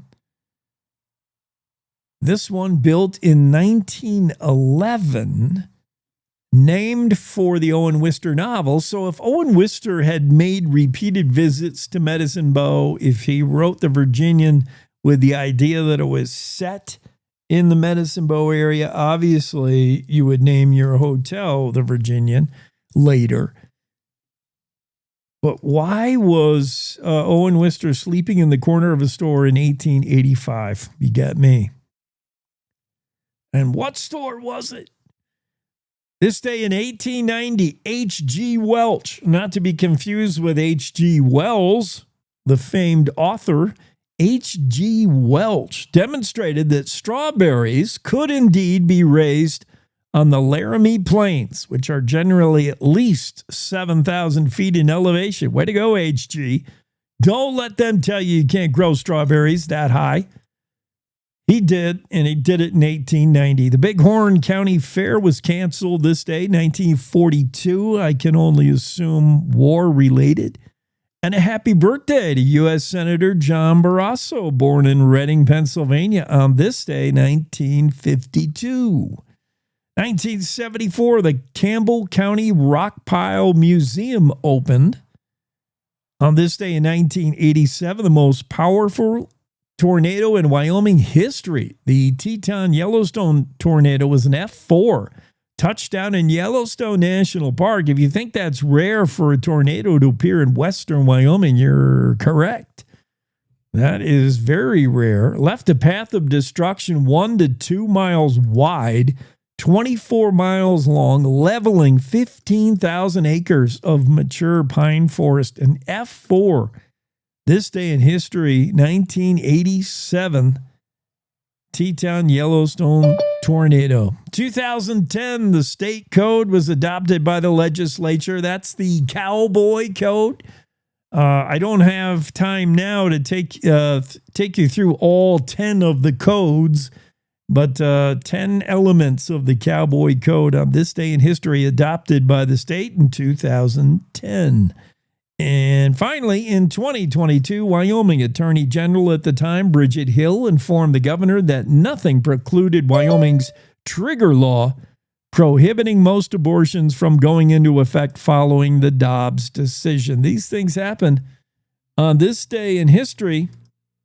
This day is, of course, July 21. Well, it's going to do it for this hour. We've shot that all to heck. It's time for the top of the hour news break, and we'll be back with more of the Cowboy State Daily Show with Jake as we roll along on this Monday.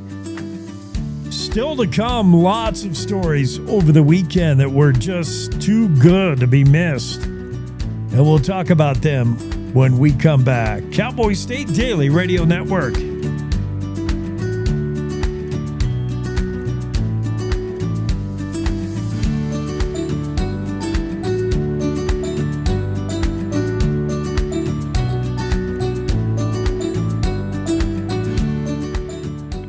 It's time to take a look at what's happening around Wyoming. From the Cowboy State Daily Newsroom, I'm Wendy Core. A Casper family is still trying to comprehend their new reality after 18-year-old twin sisters were in a car that hit an elk at 101 miles per hour. Hannah Brooks survived the Monday crash on Wyoming Highway 487, but her twin sister Samantha did not. Cowboy State Daily's Dale Killingbeck spoke to the girl's mother, Sarah, who said Samantha's loss has left a void in the hearts of those who knew her. The mom and her twin sister are grieving and also trying to pull together money for a funeral, and coworker has started a GoFundMe to try and help them with funeral costs. The coworker I talked to and her mom, they just said that she was somebody that you loved. She wanted to help everybody, even though she had struggles in her life. Her focus was on other people, and that she was the kind of person that just engaged other people to try and help them and be a support. The girl's mother said Samantha and Hannah were more than best friends, and that Hannah is lost without her sister and, quote, figuring out how to grieve. Cheyenne Frontier Days is officially busted out of the chute for its 129th year, bringing wall-to-wall cowboy culture to the masses. In the eyes of some, CFD is the epitome of Western values, ambition, grit, tradition, and sacrifice. The event is increasingly searing its brand on a growing number of visitors who this year arrived from 31 countries and every single U.S. state.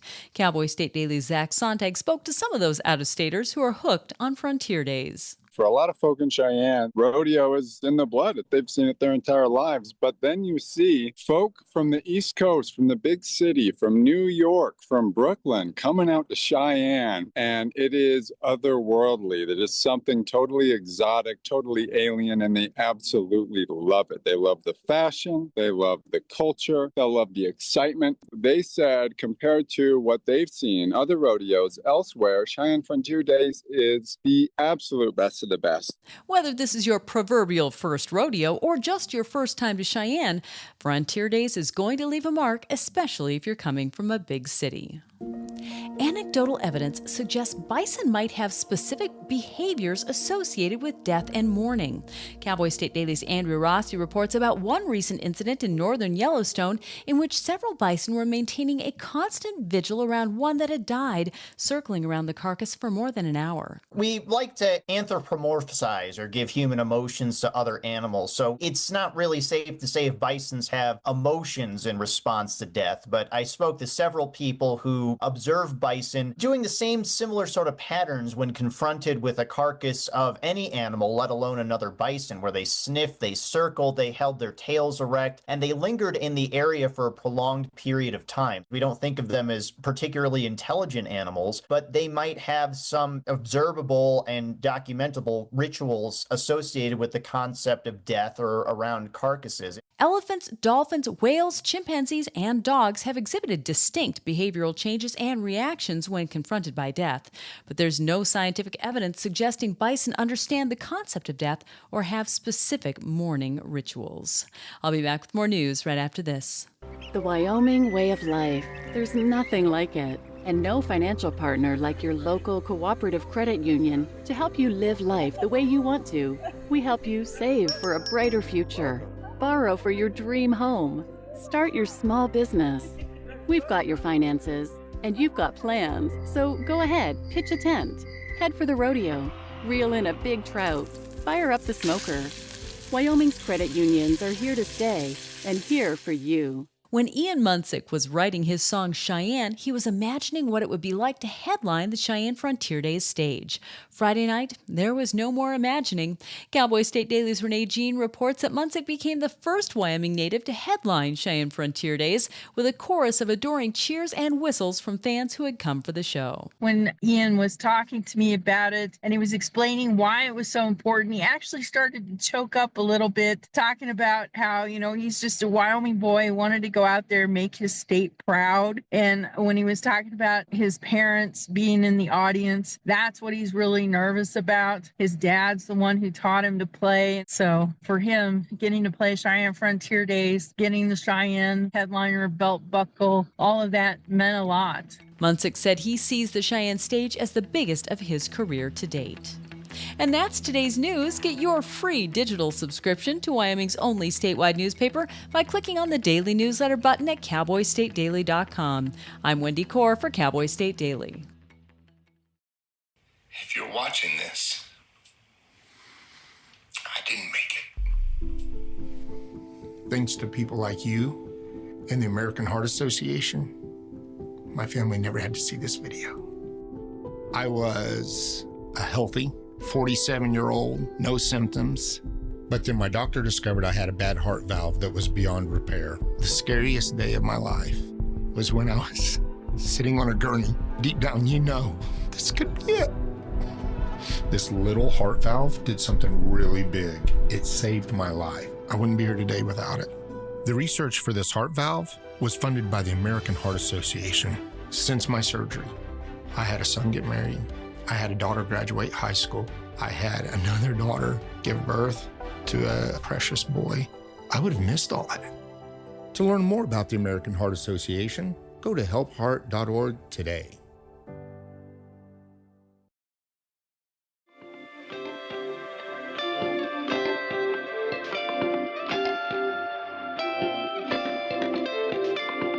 Cowboy State Daily show on a Monday, July 21. David Madison in the room joins the discussion. David, you had some stories that I was very interested in. Some I haven't read all the way through, so you're going to have to help me with those. But Teton Raptor Center, I know this place. I love this place. Yeah.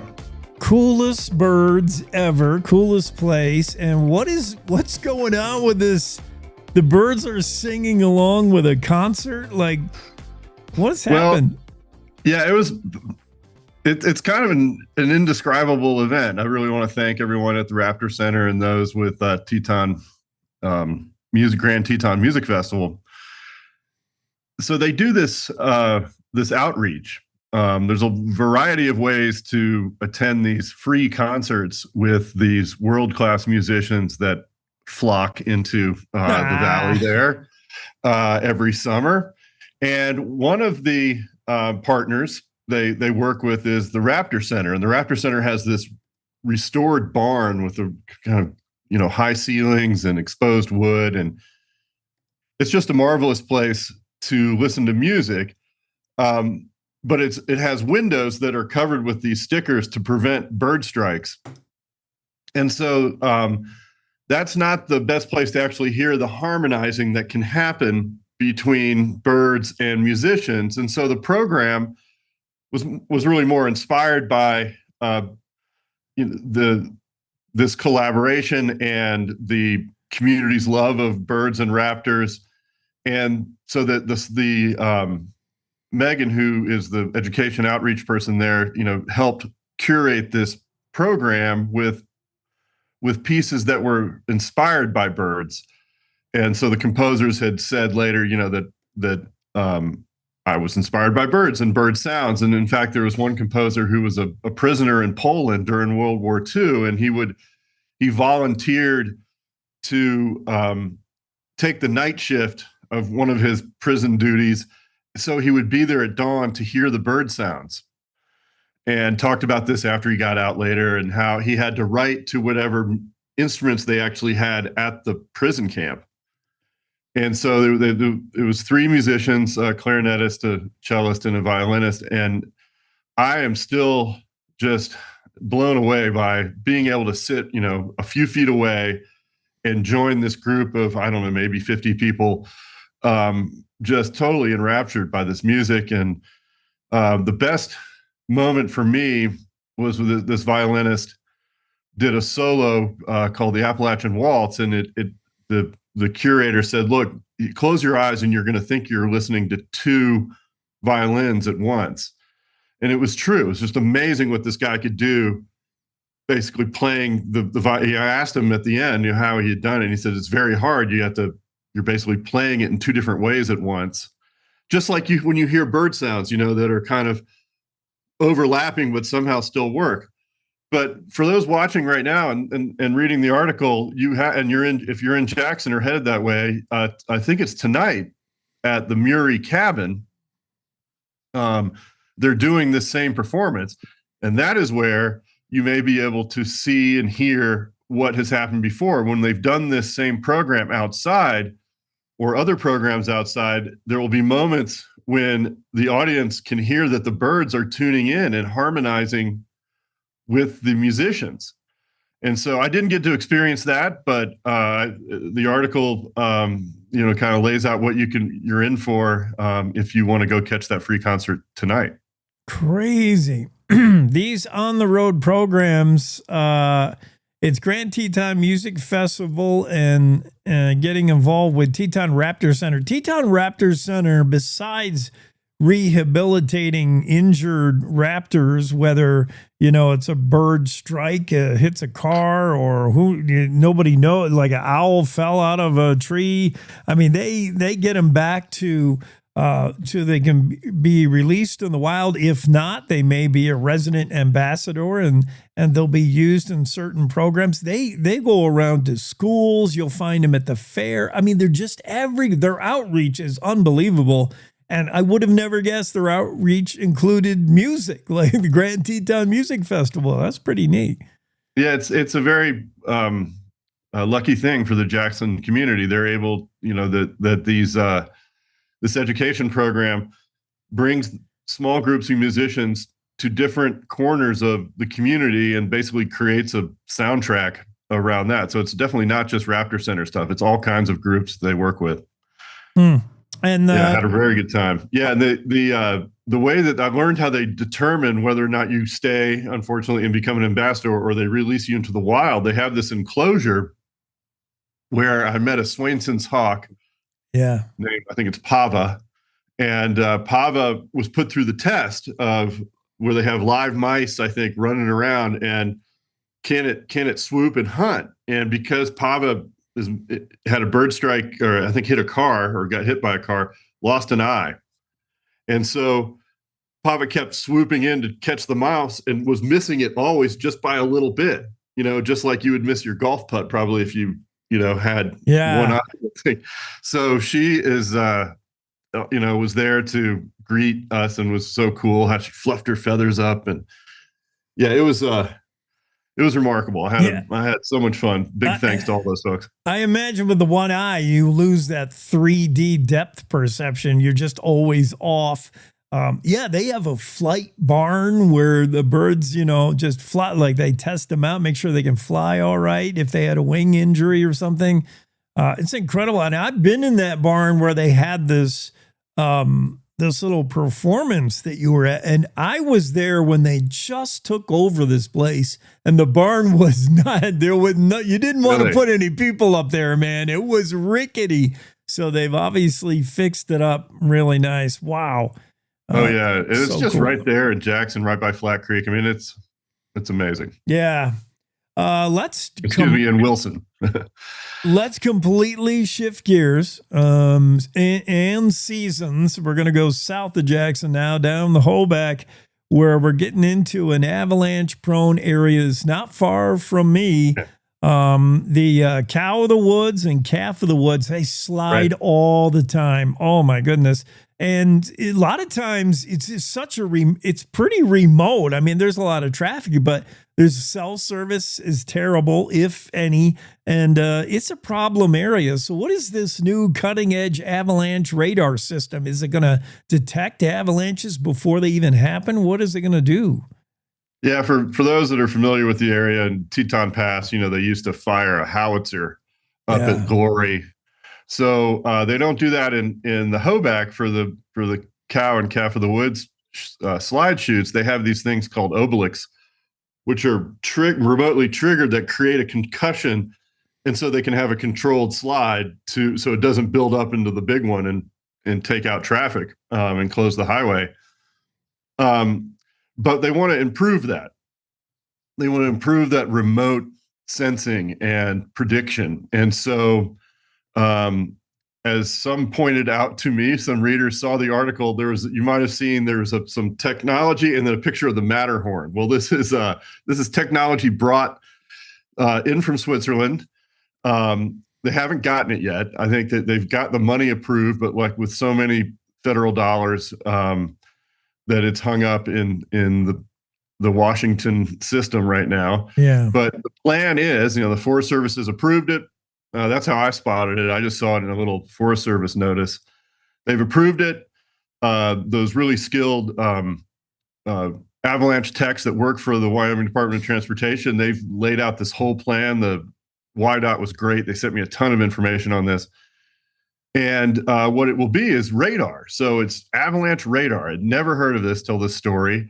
And it basically will be a all-seeing eye 24/7 up at these two chutes. And so if the wind shift and suddenly, the load level is really high, they can detect that, and then they'll know better when to do those remote triggers and just plan the whole thing out. And they can do it in the middle of the night when everyone's sleeping. Automatically, it can close the highway if it senses danger. Yeah. So, just all about safety, cool tech. I mean, avalanches are cool too, to see if you, I'm sure there's some stuff out there on YouTube where you can watch the triggered avalanches down in the Hoback.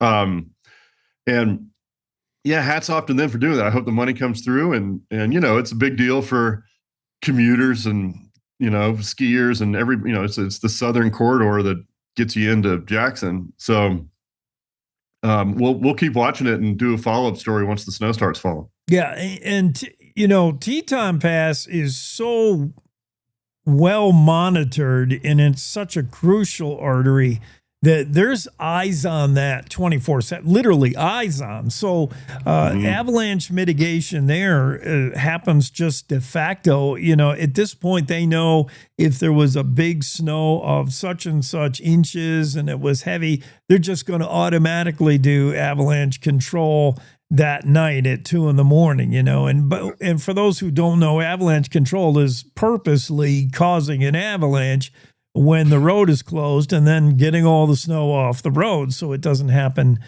when there's people out there. But for the Hoback Canyon, less eyes on, and even if there was an avalanche and you're the first guy who gets there and you're like, oh crap, I can't get over the road, you can't even make a call to tell somebody. So the ability to know what's happening or even what happened in Hoback is pretty cool. So yeah, I'm interested in that. Look at you hanging out in Jackson, you Montana guy. I had a great time down there this weekend. Wow, that's pretty neat. What else did you find out here? I don't know about this, but I am pretty certain in the next few decades, as they say, whiskey's for drinking, water's for fighting. The next war, the next conflicts we have are not going to be over oil. They're going to be over water. Water is a big deal. Who gets it? Who doesn't get it? Who gets to share it? What about your story? Wyoming irrigators frustrated as they're getting shut off early on the Colorado River Basin. Yeah, there's a series of meetings that the state engineer's office is putting on across southwest Wyoming. Anyone in the Little Snake or Upper Green River will have a chance to hear the latest on the monitoring. And the state engineer is our representative to the compact of states, and it's a long, tedious conversation to explain all that. But there's a compact of states that manage water in the Colorado River Basin, and it's such a huge basin that it's a big deal. And we're at the top of the basin. And so what the engineer's office is spreading the word about and using funds to up the technology is we're going to measure Wyoming's share just down to the last drop that we're able to.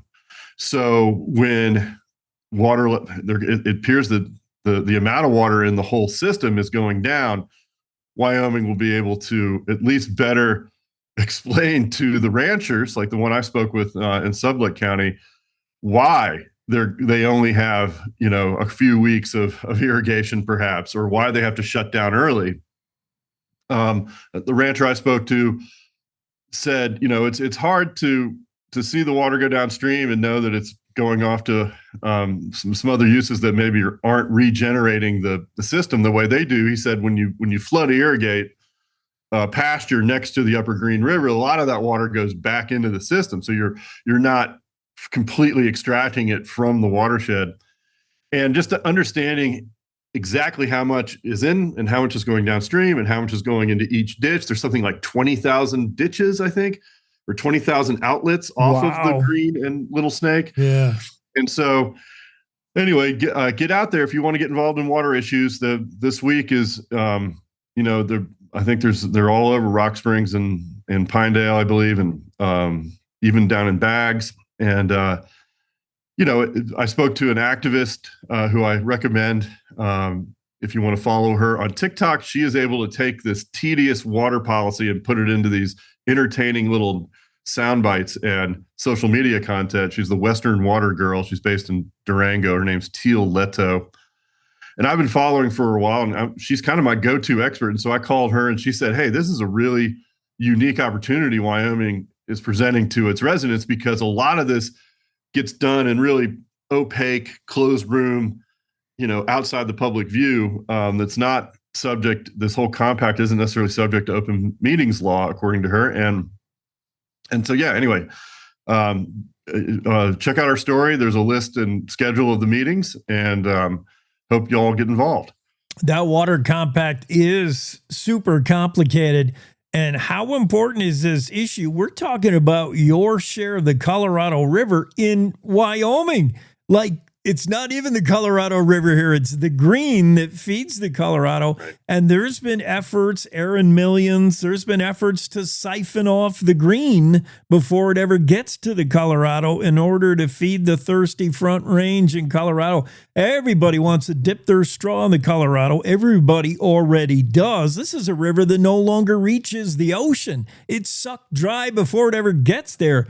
So, yeah, these are important issues. Good story, David. Thanks. And just want to put one other plug in. Thanks to everybody at Grand Targhee and who participated in the race that I covered. Oh, man, the bike race?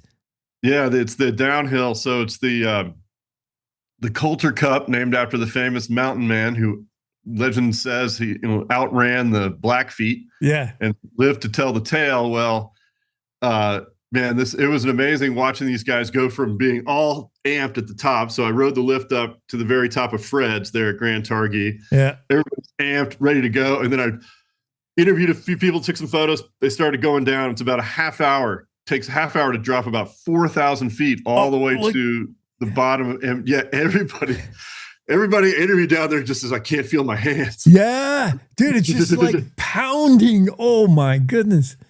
Yeah, so that's a huge thank you to Tony, who's the race director, and the photographer helped out a lot, and just folks were really just great to work with. I had a ball. So this is this the longest downhill mountain bike race, or one of the longest? In the Tetons. Yeah. This is the king of the hill, so to speak. Yes, the longest vertical drop. had to get a special permit with the Forest Service in order to leave Grand Teton or Grand Targhee Resort, cross into the forest, and then you come out down at the Mill Creek Trailhead. And so you're just down there in the bottom of Alta, which is just Alta, Wyoming has got to be one of the prettiest places in the world. It's like a little slice of Switzerland right there in Wyoming.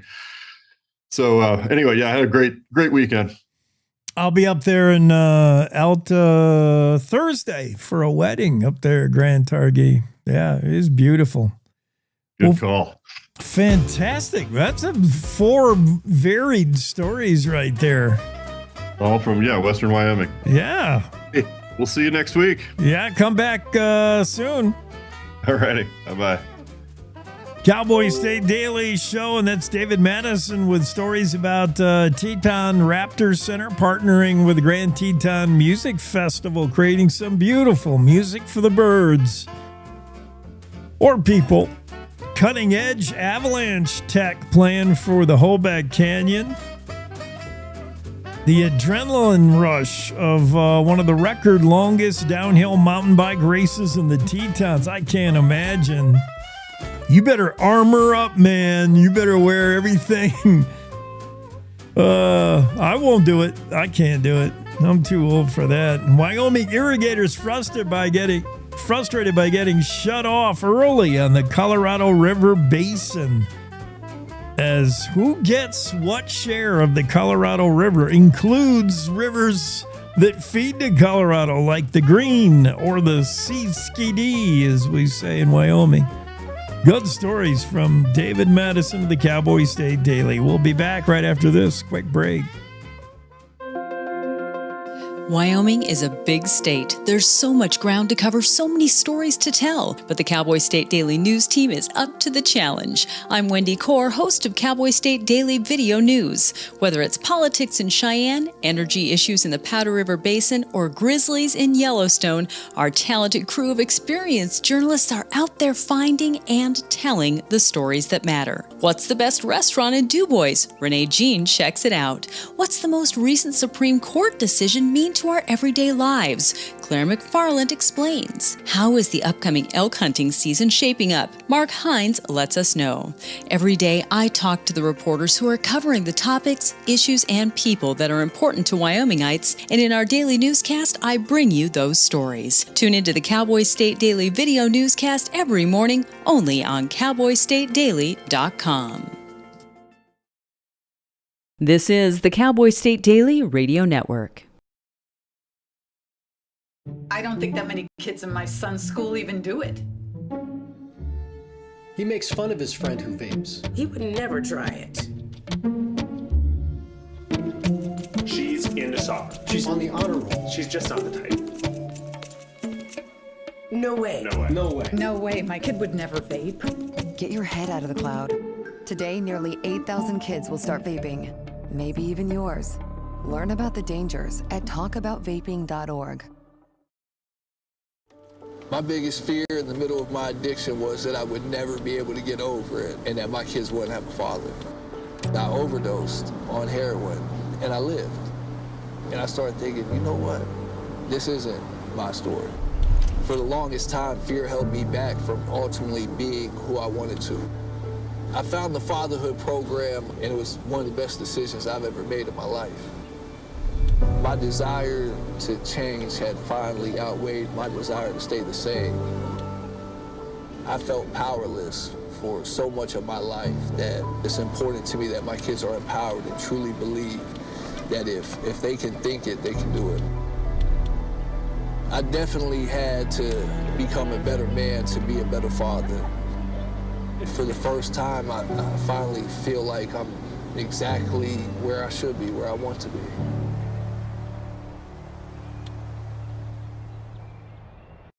Life's daily battles are not meant to be fought alone. We're not powerless, so long as we don't lose sight of what's important. Don't be afraid to seize that moment to talk to your friends. Cloud, you okay? Because checking in on a friend can create a safe space. The first step on our new journey. You coming? Reach out to The first step on our new journey.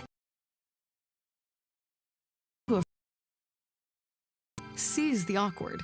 It's totally worth it.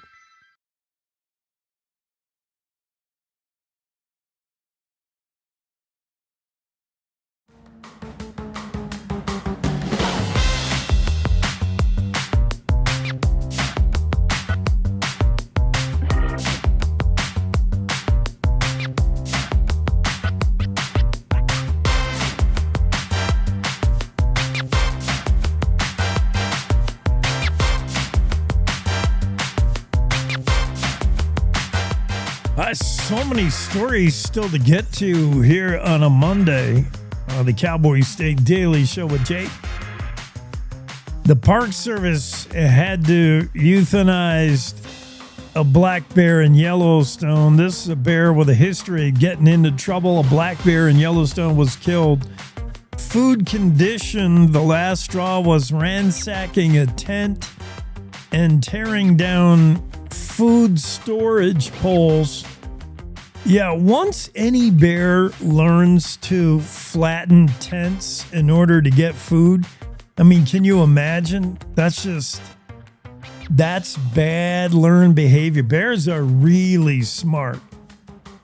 And if one time they crush a tent, whether you're inside or not, if food is in there, if they learn that, those tents are basically food, I just have to flatten them and then whatever's in there I can eat. If a bear does that once, it'll do it again, and that's terrible. That's no good. And wildlife managers will tell you that's one strike and you're out. This bear had done that, and it also figured out how to get to food that was hung high on a pole. I mean, that's what you're supposed to do in bear countries, to hang any food in food storage bags that cut down on the aroma, because the bear can smell. And man, the bear sense of smell. 5 miles away can smell your food. 5 miles. Oh, man. And then people hoist the food bags up on, I got a photo here in the story. You can check it out. I think Mark Hines wrote this one. I'll look at it in a minute. But campers in Yellowstone National Park in the backcountry are required to put their food up on food storage poles. They're provided. Some of these poles are already existing at campsites, and you just sort of throw a rope on, you hoist your food up. If a bear climbs those trees, gets up on the pole, we're talking about a food storage bag that's 20 feet in the air. And this black bear had figured out how to get up there and get him. Well, that's not good. And that's going to be end of bear. Yeah, there's a black bear that had more than one incident. And here's Andrew Rossi talking about it. A Yellowstone National Park black bear with a taste for human food and willing to dangerously ransack campsites to get it was lethally removed from the area. Cowboy State Daily's Andrew Rossi reports that a determined adult female black bear had to be killed July 11th after what the National Park Service called a series of concerning incidents at a backcountry campsite in the Blacktail Deer Creek drainage. The incidents all occurred at a backcountry campsite in the northern section of Yellowstone. And when you're out there, the park mandates that you either suspend your food with these poles or you keep them in a bear-proof box. Well, this black bear had previously crushed a tent, but it also figured out how to pull down those poles to get at the food that was being stored overhead. So because it had shown such intelligence and such potentially dangerous behavior and gotten a reward out of it, Yellowstone staff decided the only thing that they could do to ensure everyone's safety was to kill the bear and remove it from the park's population. This was the first black bear to be put down by Yellowstone wildlife officials in 5 years.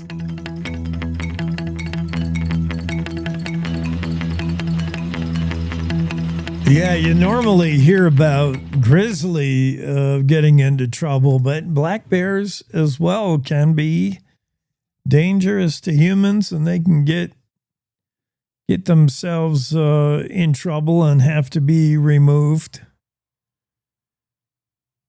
Where to go to next? I want to talk about this accused serial killer that is not going to face trial because he died in prison.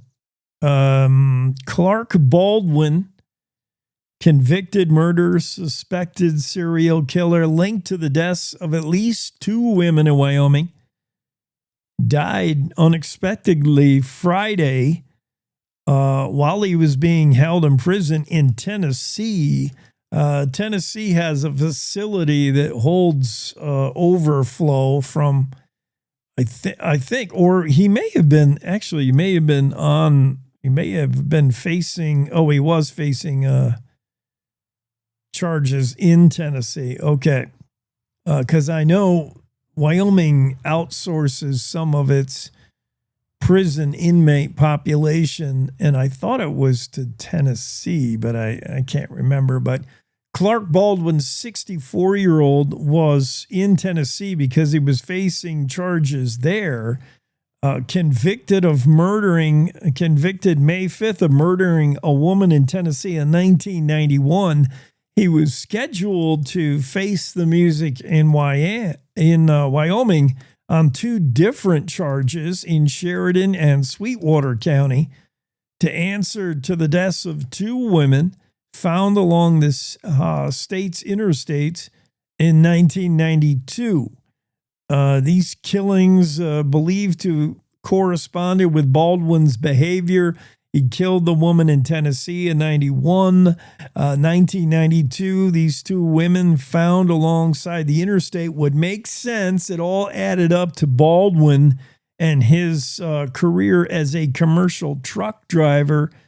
Years of investigation, multiple DNA breakthroughs linked Baldwin to all 3 of these women, the one in Tennessee and the 2 in Wyoming. Extradition to Wyoming was pending. It was being held up, and that frustrated at least one prosecuting attorney. And now Sweetwater County Attorney Danny, and excuse me, Danny, I can never say his last name. I wish, does Claire? Yeah, Claire talks in this. Maybe Claire will say his last name before I have to. I can never pronounce it right. Let's see. Claire McFarland, who wrote the story, is going to explain more about this suspected serial killer who is not going to face the music in Wyoming because he died. After a Tennessee jury convicted him of murdering a woman 34 years ago, an accused serial killer died Friday morning before prosecutors could bring him to trial for allegedly killing 2 women in Wyoming. 64-year-old Clark Perry Baldwin died after suffering a heart attack 2 days earlier. Cowboy State Daily's Claire McFarland reports that Baldwin was convicted May 5th for murdering a woman in Tennessee in 1991 and was slated for 2 different trials in Sheridan and Sweetwater County, Wyoming, to answer for the deaths of those women found dead along the state's interstates in 1992. Wyoming prosecutors were waiting for him to be extradited to Wyoming. So even though there was a life sentence there in Tennessee, there's still this call for justice for 2 women found dead off the side of interstates in Sweetwater and Sheridan counties in the early 90s. Sweetwater County Attorney Danny Aramosby was very disappointed. I wanted to air this case. I wanted to bring justice to this family. And after 5 years and a very lengthy prosecution in Tennessee, he's up and died. Investigators were able to link Baldwin to the Wyoming murders through DNA breakthroughs using genetic material found on or near each woman. Yeah. Danny Aramosby. Okay. It was easier than it looks. Yeah, he expressed frustration over not getting his shot at Baldwin, but look, the guy's dead. I mean, that's, I guess, the ultimate outcome. If you're looking at a suspected serial murder with at least 3 killings under his belt, allegedly, the end game is going to be years of waiting on death row, assuming, does Tennessee have capital punishment? I don't know. Wyoming does. But even so, even if you give him the ultimate capital punishment. It'll be years of red tape, years of appeals, and, who knows how long Clark Baldwin's 64-year-old, by the time we got around to electrocuting him or whatever they do nowadays, that's the end game anyway. Baldwin dead is what we're getting to. I know Danny Arospi, now I forgot how to say it. I know he wanted, justice. He wanted to make the link official that it was Clark Baldwin who killed these two women in Wyoming. He wanted to be able to close the book on that officially. But look, Danny, end game is Baldwin has left this earth, and not a moment too late, too soon. Yeah, I'm pretty sure we got the right guy. And if anyway, convicted in Tennessee, suspected in 2 other cases in Wyoming, end game is Baldwin ends, and that's what happened. I think it's time to rodeo. I wonder if, where else are you going to be? If you're the Western Ag Network and you're Will Rasmussen and you're covering rodeo, you've got to be at Cheyenne Frontier Days, right? Daddy of them all. I would think. The show is not ready early this morning when I go to look for it, so perhaps Will was having a late night in Cheyenne. I see the show is finally posted now, so let me get it prepared for you because I'm ready to rodeo. And we'll see what Will is covering. But this time of year, the last 10 days of July is always Cheyenne Frontier Day since 1897. So where else are you going to be, Will? Except right here at the daddy of them all. Let's see. It's time to rodeo with the Western Ag Network and the Rodeo Road Show. Hi, and welcome to the Rodeo Road Show. I'm Will Rasmussen from Scottsdale, Arizona, and Rodeo Scottsdale. Today on the program, Cody Bradford from the Quanta Express, a stagecoach representing Quanta Express Services, which is a huge company, and they want to have a presence in the sport of rodeo. Cody Bradford will talk about that on the Road Show when we come back. Looking for tough, long-lasting stock tanks? Go fiberglass with Western Ranch Supply. Our non-rust, corrosion-free livestock water tanks are built to last forever. No more replacing rusted-out metal tanks. Choose from round, rectangular, or oblong styles in many sizes, all at competitive prices. Get yours today at Western Ranch Supplies, Billings, or Great Falls locations, or have them delivered right to your ranch. Good news, beef producers. Consumers' opinions and preferences on beef are becoming more transparent month after month. Your checkoff dollar supports state-of-the-art research that taps into thousands of consumers' eating habits every month to track modern trends in meat demand and other proteins. With this knowledge, the Beef Checkoff can invest your dollars more wisely in future projects, empower the industry, and strengthen beef's place in the market. Get the full story at yourdollardoes.com. Funded by the Beef Checkoff. Rodeo Road Show today. You've seen them at different rodeos. Gosh, Rodeo Rapid City, Scottsdale, Arizona, Redding, California, Salmon, Idaho. They're everywhere. The Quanta Express. And the head of the crew, is that your official title, Cody? Are you the head of the crew? No, I'm just on the crew. We're all one team. Attaboy. Cody Bradford is here, and but you're the coordinator, right, of the stagecoach and where you'll be making appearances? Yes, sir. Yep. I'll kind of make the decisions where we're going, what we're trying to do, and where we want to be. And a lot of that, Will, is designed after where are Quanta going to be doing work, or where has Quanta done work, so that we can give back to the communities that are in that area. So let's start at the beginning. Who is Quanta and what do they do? When you talk about Quanta work, what does that mean? Quanta is the biggest company you've never heard of. That's what I always tell people. Yeah. We build power lines all over the world, gas lines, fiber, concrete, infrastructure all over the world, powering America. Wow.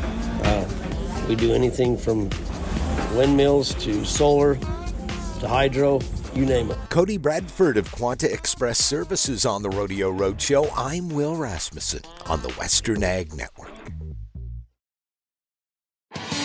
Want to stay in touch with what's happening around Wyoming? I'm Wendy Core, host of the Cowboy State Daily video newscast. From Mountain View to Upton, from Jackson to Cheyenne, our reporters are out there finding and telling the stories that matter. Every day, I talk to the talented journalists who are covering the topics, issues, and people that are important to Wyomingites. And in our daily newscast, I bring you their stories. Tune in to Cowboy State Daily video news every morning, only on CowboyStateDaily.com. You're listening to the Cowboy State Daily Radio Network. Who can you turn to for news you can trust? Your local TV and radio broadcasters. You trust us to keep you safe during times of crisis and to deliver the weather, sports, and entertainment you rely on every day. We bring you the facts you need to make decisions that matter. And as misinformation floods social media, you can trust your local stations to deliver the truth. Text TV to 52886 and tell Congress you rely on your local stations for trusted news. You handle the healthcare, we'll handle the marketing. In need of a spark for marketing your medical practice? Loom Studio provides creative and strategic healthcare marketing that illuminates the path to bigger and better experiences for your business and your patients. We specialize in branding and design, social media, website design, SEO and SCM, not to mention content creation, public and media relations, and marketing metrics to ensure you're getting results. If you're looking to increase your patient engagement and retention, enhance your community impact, and streamline your marketing efforts, our team is ready to help you achieve your goals. Contact us today and learn more at loomstudio.com. We come from a long line of farmers, and there's a sense of pride, but there's also a significant amount of pressure. Farmers have to take care of their physical and their mental health, because what's a farm without a farmer? Watching the sun come up, that's my time. I can have a cup of coffee, and every day is a new opportunity. That's cool. Your hand's gotten so cute. Yay! Don't forget to check in on yourself. Love your mind.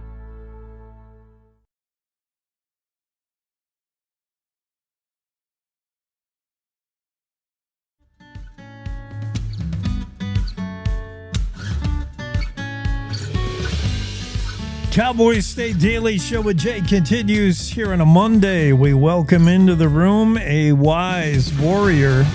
It's Jack Gindy. His friends just call him Papa Jack. So can we do that? You can do that. All right. You can call me Papa Jack. I love it.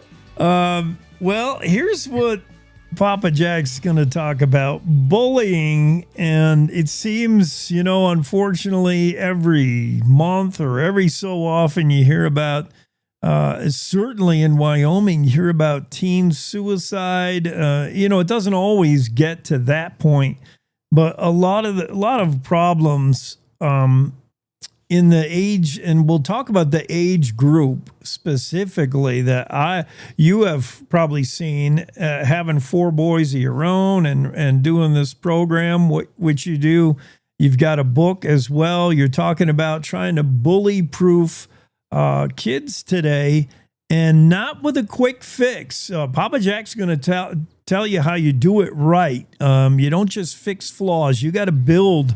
And you got to use positivity and stuff like that. Believe, Become, Be You. It's a website. There's a workbook that's now become an online program and a whole community, Papa Jack. How did it all start? Sum up what you're doing a little bit. Give us a flyover view.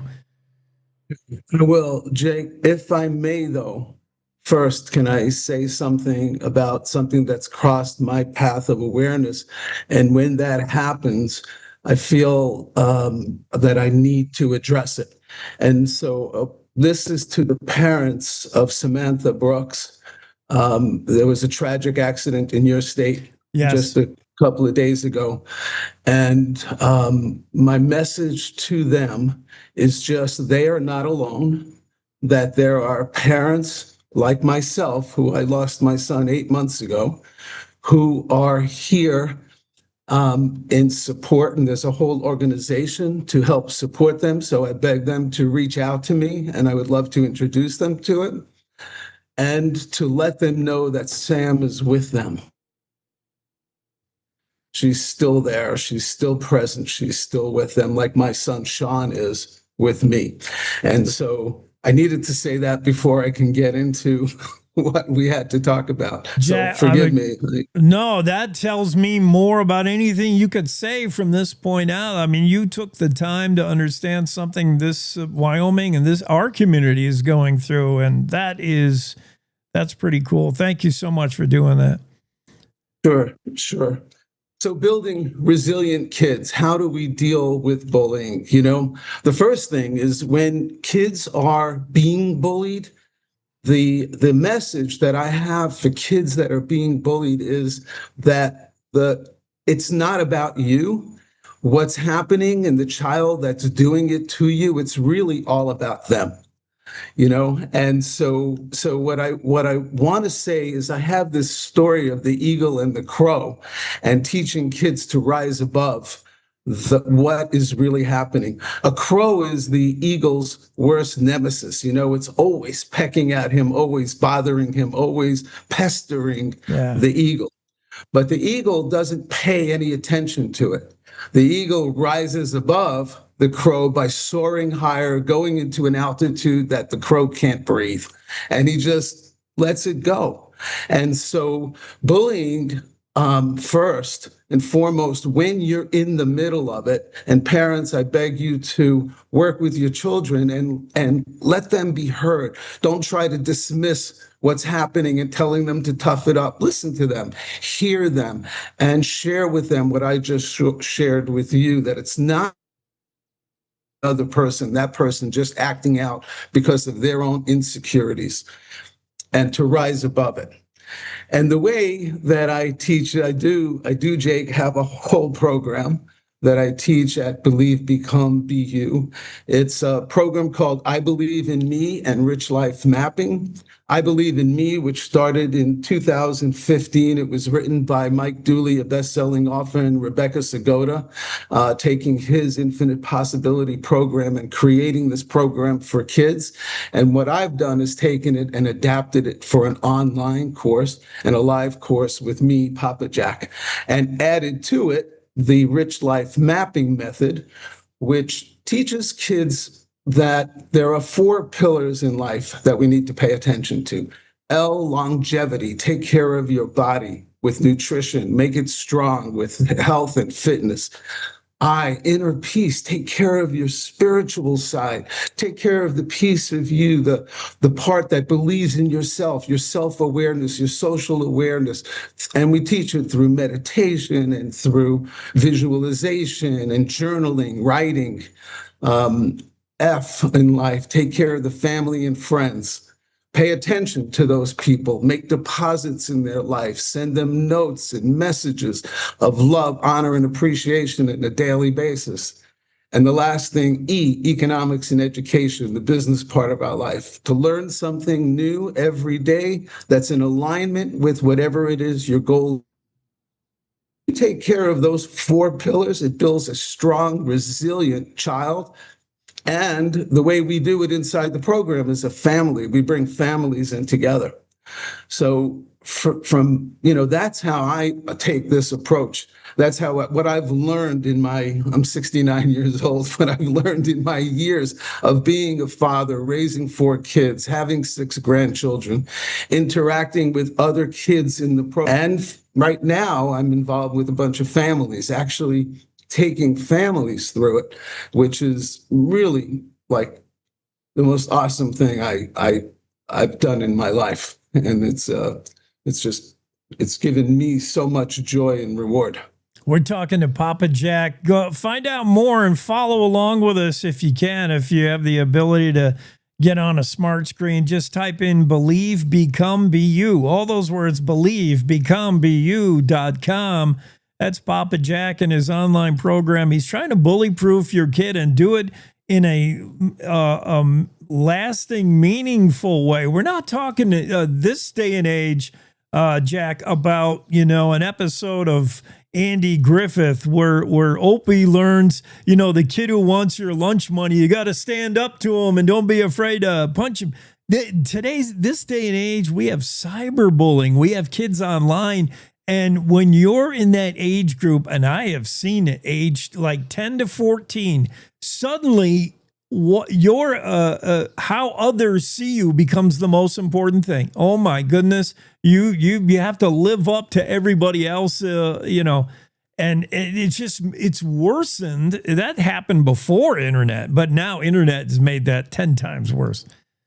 Yeah, absolutely. Absolutely. It has. And the sad thing is this bullying, if we don't address it, if we don't attack it early, what happens is, as a child who was a victim of bullying when I was a kid, a young child, you hold on to things. It starts to mold who you become and who you are. And it wasn't until I became an early adult that I recognized, oh my God, this pattern that I've been living, this thing that I'm living isn't true. And so that's why it's so important for me to tell kids, that's not true about you.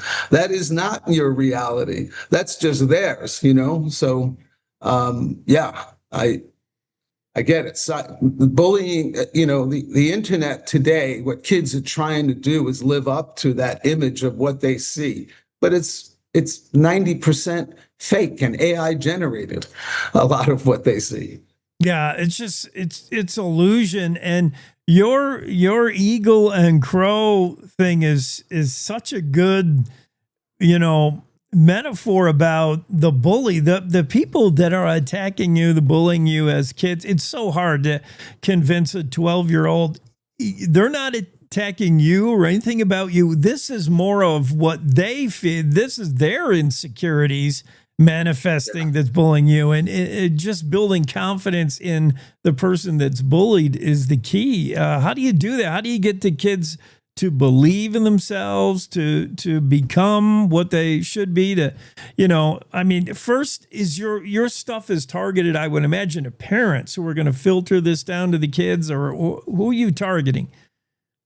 It is parents. It's parents that are going to enroll their kids. What I'd love to do, Jake, is see it in the school systems. I'm actually working with someone in Oklahoma, in the Oklahoma school system right now, a family who is one of the administrators there, and he's taking his own kids through it. So it'll be an experiment to see how he sees this and how we might be able to bring it into the school systems. I would welcome it, somebody in Wyoming, if they're listening, someone in the school system there would reach out to me and say, hey, Papa Jack, sure. Take me through this. Let me see what this is like. Let me see what your program, how it could help our kids in our community. I would love to bring it there.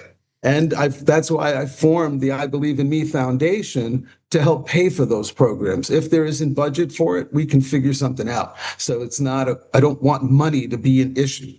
That's not what this is about for me. And so, I invite people to take a look at the programs, to reach out if it's something that they think their family would like to do, or if they think they can help me spread the word within your own community. And the first things I teach parents is our kids model after us. So if we live a life that's self-confident, if we stand up for ourselves, if we show them what that means by modeling it for them, that's what they will learn. So yeah, so cool. I would love to see this in some way be integrated into a school district, definitely in Wyoming, because we all know there's an increase, kids all over the world feeling the weight, social media, whatever it is, or just, being a kid. And when you hit the age of 10, suddenly there's influences outside of the family. There's your peers. You're trying to figure out where you fit in. And if you don't have the self-confidence of an eagle, The pestering of a crow can seem like everything. It could wreck your world, man. At the worst, depression and suicide. At the least, it's stuff that sits in you and when you become an adult that you just need to rise above. Yeah, it does. So I want to just, I don't know how much time we have left, but parents to pay attention to signs. If they see their kids somehow acting differently than they normally do, pay attention, ask questions, listen. A lot of bullying has kids get withdrawn and go inside themselves a little bit more than they might have before. So, just pay attention and open up dialogue. Because who your listener, I'm assuming, is the parent. Most of your listeners. That's how our demographic show. we aren't pitching Right. it. Well, we'll take anyone, but yeah. Yeah, no, I know. I get that. And sometimes when I'm sending my messages out there to try to reach people, I get crossed in a little bit. I'm trying to reach the kids. I'm trying to reach the parents. I'm trying to reach the grandparents, being one. But so I do understand that. If I can, I have a YouTube channel that there's a lot of stuff on, and it's Believe, Become, Be You, all one word. If you put spaces in it, you'll get something else. But if people want to learn more about me, they can also look at the YouTube channel, Believe, Become, Be You, all one word. Find out more about Papa Jack and what he's doing to try to bully-proof your kids. Believe, Become, Be You. Just type that into your browser, into your Googler. All right. Thank you, Papa Jack. I'll have a quiz online in a day or so where people can take to see how they match up and where something that we teach might help them in the strength of their family connections. So I appreciate the time you gave me here. You bet. Thanks for coming on. Have a great Monday. Time for top of the hour news on the Cowboy State Daily Show with Jake. It's time to take a look at what's happening around Wyoming. From the Cowboy State Daily Newsroom, I'm Wendy Core. A Casper family is still trying to comprehend their new reality after 18-year-old twin sisters were in a car that hit an elk at 101 miles per hour. Hannah Brooks survived the Monday crash on Wyoming Highway 487, but her twin sister Samantha did not. Cowboy State Daily's Dale Killingbeck spoke to the girl's mother, Sarah, who said Samantha's loss has left a void in the hearts of those who knew her. The mom and her twin sister are grieving and also trying to pull together money for a funeral, and a coworker has started a GoFundMe to try and help them with funeral costs. The coworker I talked to and her mom, they just said that she was somebody that you loved. She wanted to help everybody, even though she had struggles in her life. Her focus was on other people, and that she's the kind of person that just engaged other people to try and help them and be a support. The girl's mother said Samantha and Hannah were more than best friends, and that Hannah is lost without her sister and, quote, figuring out how to grieve. Cheyenne Frontier Days has officially busted out of the chute for its 129th year, bringing wall-to-wall cowboy culture to the masses. In the eyes of some, CFD is the epitome of Western values, ambition, grit, tradition, and sacrifice. The event is increasingly searing its brand on a growing number of visitors who this year arrived from 31 countries and every single U.S. state. Cowboy State Daily's Zach Sontag spoke to some of those out-of-staters who are hooked on Frontier Days. For a lot of folk in Cheyenne, rodeo is in the blood. They've seen it their entire lives. But then you see folk from the East Coast, from the big city, from New York, from Brooklyn, coming out to Cheyenne. And it is otherworldly. It is something totally exotic, totally alien, and they absolutely love it. They love the fashion. They love the culture. They love the excitement. They said, compared to what they've seen, other rodeos elsewhere, Cheyenne Frontier Days is the absolute best of the best. Whether this is your proverbial first rodeo or just your first time to Cheyenne, Frontier Days is going to leave a mark, especially if you're coming from a big city. Anecdotal evidence suggests bison might have specific behaviors associated with death and mourning. Cowboy State Daily's Andrew Rossi reports about one recent incident in northern Yellowstone in which several bison were maintaining a constant vigil around one that had died, circling around the carcass for more than an hour. We like to anthropomorphize or give human emotions to other animals, so it's not really safe to say if bisons have emotions in response to death, but I spoke to several people who who observe bison doing the same similar sort of patterns when confronted with a carcass of any animal, let alone another bison, where they sniffed, they circled, they held their tails erect, and they lingered in the area for a prolonged period of time. We don't think of them as particularly intelligent animals, but they might have some observable and documentable rituals associated with the concept of death or around carcasses. Elephants, dolphins, whales, chimpanzees, and dogs have exhibited distinct behavioral changes and reactions when confronted by death. But there's no scientific evidence suggesting bison understand the concept of death or have specific mourning rituals. I'll be back with more news right after this. The Wyoming way of life. There's nothing like it. And no financial partner like your local cooperative credit union to help you live life the way you want to. We help you save for a brighter future. Borrow for your dream home. Start your small business. We've got your finances, and you've got plans. So go ahead, pitch a tent. Head for the rodeo. Reel in a big trout. Fire up the smoker. Wyoming's credit unions are here to stay, and here for you. When Ian Munsick was writing his song Cheyenne, he was imagining what it would be like to headline the Cheyenne Frontier Days stage. Friday night, there was no more imagining. Cowboy State Daily's Renee Jean reports that Munsick became the first Wyoming native to headline Cheyenne Frontier Days with a chorus of adoring cheers and whistles from fans who had come for the show. When Ian was talking to me about it and he was explaining why it was so important, he actually started to choke up a little bit, talking about how, he's just a Wyoming boy who wanted to go out there and make his state proud. And when he was talking about his parents being in the audience, that's what he's really nervous about. His dad's the one who taught him to play. So for him, getting to play Cheyenne Frontier Days, getting the Cheyenne headliner belt buckle, all of that meant a lot. Munsick said he sees the Cheyenne stage as the biggest of his career to date. And that's today's news. Get your free digital subscription to Wyoming's only statewide newspaper by clicking on the daily newsletter button at cowboystatedaily.com. I'm Wendy Corr for Cowboy State Daily. Derek! Go wash up and grab your sister. Okay, but first... Where's Grandma? Hey, Mama. Ma. I'm worried about Mom. Mom? She's fine. These the ones, right, Mama? Yeah, groundlings. Sweet potatoes. Sweet potatoes. Daddy, it's salty. Grandma's just getting old. Some things come with age. And some don't.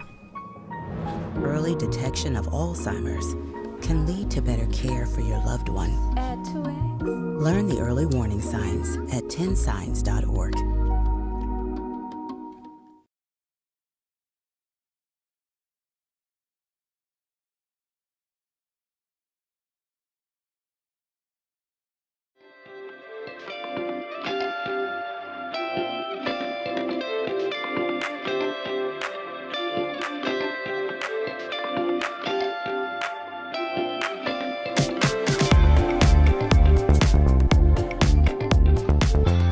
Cowboy State Daily Show with Jake continues here. And how cool was it that we just had Papa Jack on? He's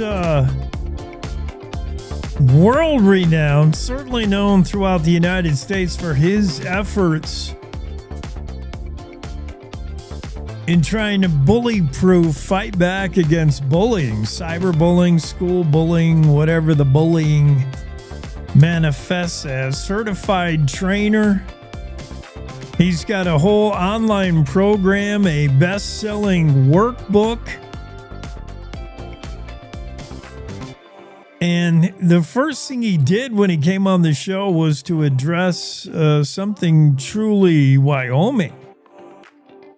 I'm not sure where Papa Jack is based, but he obviously knew of a Wyoming story in the Cowboy State Daily, and that's just so cool that he took time out before he even answered our question. He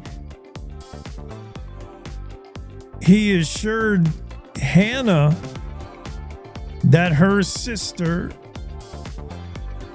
twin sisters, he assured Hannah that Samantha, who was killed in a car crash back on July 14th, he assured Hannah, he said, Hannah, you know, she's still alive in your memory along with my son. Yeah, what a moment. The story from Dale Killingback is a tough one. Whenever you see tragedy like this, two 18-year-old twins, Samantha and Hannah Brooks, best friends, inseparable in life, but not death. The bond shattered this past week when the car they were in hit an elk at a high rate of speed. The ensuing crash claimed the life of Samantha. She was ejected from the car. Hannah survived. This happened back on Monday, Wyoming Highway 487 outside of Casper. Anybody who's eaten at Texas Roadhouse in Evansville, probably a good chance you were waited on by Samantha.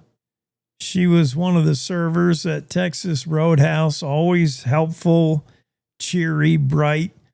One of her co-workers, Sarah Hardy, taking the loss really hard. Mother Sarah Hardy, she said she'll remember her as a ray of light for a lot of people. Hardy told the Cowboy State Daily through whatever struggles she was going through in young adult and teenage life, she always had time to talk to friends, sit with them, help them. Hardy said Samantha and Hannah were more than best friends. And Hannah is really lost without her sister now, figuring out how to grieve. So really encouraging words from Papa Jack, who we had on just a minute ago, to talk about the two twin sisters, Samantha, killed in that crash. The vehicle was going an estimated 101 miles an hour. I think neither Hannah nor Samantha were driving. They were both passengers in the vehicle. A friend was driving. Hannah survived because supposedly a friend grabbed her and held on to her as the vehicle rolled. I don't know. Sometimes, I mean, it's hard to believe somebody would be able to hang on to someone else while the vehicle's rolling after. But maybe, certainly seatbelts help.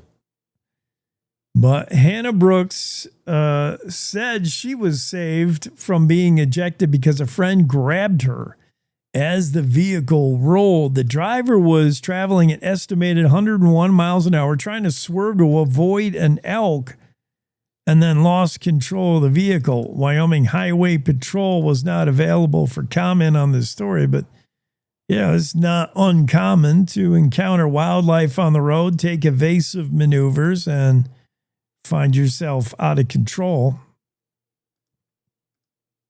Definitely happens. But yeah, it was cool that Papa Jack came on and addressed that. I just can't believe he even heard of it. Let's go to the Zoom room and get the author of that story into the discussion. It's Dale Killingback. Dale, we're talking about these twins and Samantha, who was killed in this car wreck. These Casper, 18-year-old Samantha and Hannah.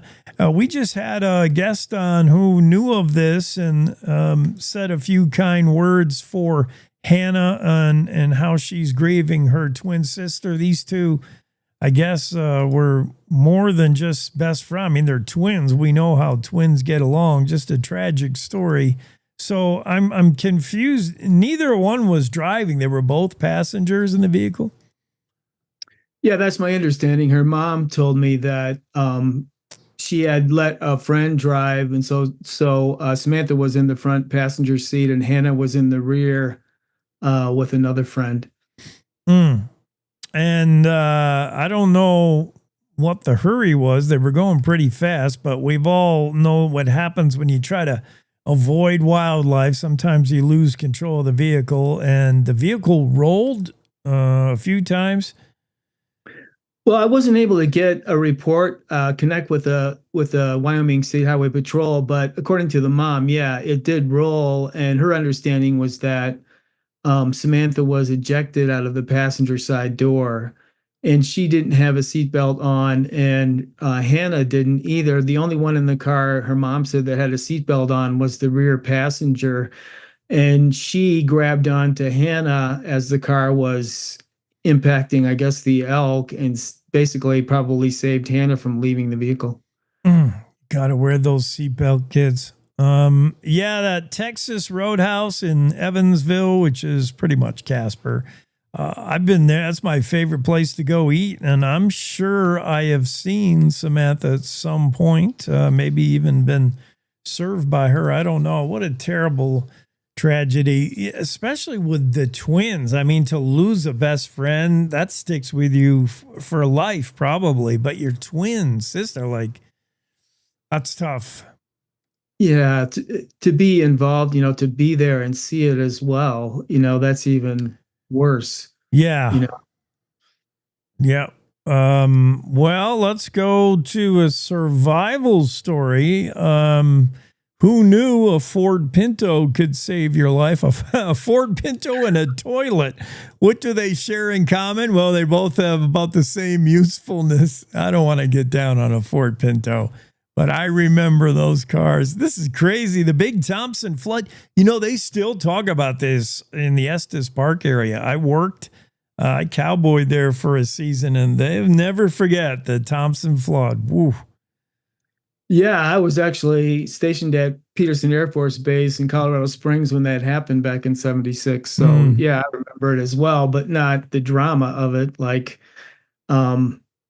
Ohashi did. And Alan Ohashi was going back to Estes Park to the park. He had got this plum job for the summer, and driving up Big Thompson Canyon, and he meets all these cars going the other way, and he's the only one headed in. And so then a state, it was either a state highway patrol or a deputy flagged him down and told him, hey, there's bad water up there. You need to turn around. So he was going to turn around up in Drake. He said there was no room to turn around there. And as he's going forward, he starts to see a trickle of water on the road. And then all of a sudden, there's this big wall of water just coming right at him. And he said there were trees, there were rocks. And then he sees this car coming at him. And the car is swept over the edge of the road, like into the river. And he said there were some boulders impacting his car. And then all of a sudden, this portable toilet comes floating down, snags onto his Ford Pinto, and pulls it over to the wall, on the road, the wall that goes up, to the mountain. So basically saves his life. And he's able to get up, and he's crawling up on the wall when a state truck shows up, and he's able to get in the back of this truck and be driven to safety. Ooh, well, lucky story of survival. We've seen recently, certainly in Texas, how these floods can just all of a sudden, there it is, a wall of water. And who knew the buoyancy of a Ford Pinto and the luck of a toilet floating by could save your life. What a story. Crazy. Yeah, it is. Let's see. How about the world-renowned Norwood International Airport? You wouldn't want Qatar Airlines trying to land a big Boeing there, but back in the day, it was one pilot's dream. All he did is clear some grassy area, I guess. But why is it known as the International Airport? It's in the middle of nowhere. Yeah, it's a cool little story. I guess, way back in the day, it's at Orchard Ranch, and the family told me that they had a great uncle that actually learned how to fly. And I found an article from, I think it was like 19 1930 something, where he was getting his pilot's license, his great uncle. And so he started the airport, and he thought we need an airport at the ranch. And so they create this little airport. And then they have this little building, and some hunters, I don't know if they flew in or whatever, but anyway, they presented the family with this sign that said Nowood International Airport. And then Robert Orchard was a fighter pilot, next generation or 2 generations down, was a fighter pilot in the U.S. Air Force. And so when he got out of the service, he bought an airplane. And so he really used that airport. His family said, his son and daughter told me, basically every day he's flying, looking at the cattle and all that kind of stuff. So it was well used while he was alive. And since then, they haven't mowed the grass strip. And it was actually listed by the FAA as a strip in Wyoming. But they haven't used it in years, but the airport is still there for emergency landings, and the sign is still there. So people, need to come into the middle of Wyoming in the middle of nowhere. Yeah. And there it is, Nowood International Airport. If your prop plane is sputtering and skipping a beat, you may have to set her down there, depending on where the badger holes are. The airstrip's kind of still there. Yeah, absolutely. It's not mowed, and they did say there may be a badger hole or two out there. They don't know. Yeah. Well, I mean, back in the day, the pilot Orchard was pretty good. They said at landing that thing, they said come right over your head because that's a short runway to get up and get down on. Yeah, his family told me he actually used the road, the county road, to take off and land as well. Yeah, you use what you need. You take whatever you can get when you're barreling down Teton Pass and you lost your brakes. This story about the catch net system, not the first time it's been used. I've seen a few semis get in there. This was a box truck, I guess, that lost its brakes, and good thing for this state-of-the-art stopping system. Yeah, absolutely. And there's 2 of them, I guess, in the state, one there and one on 16 as you're headed to Buffalo.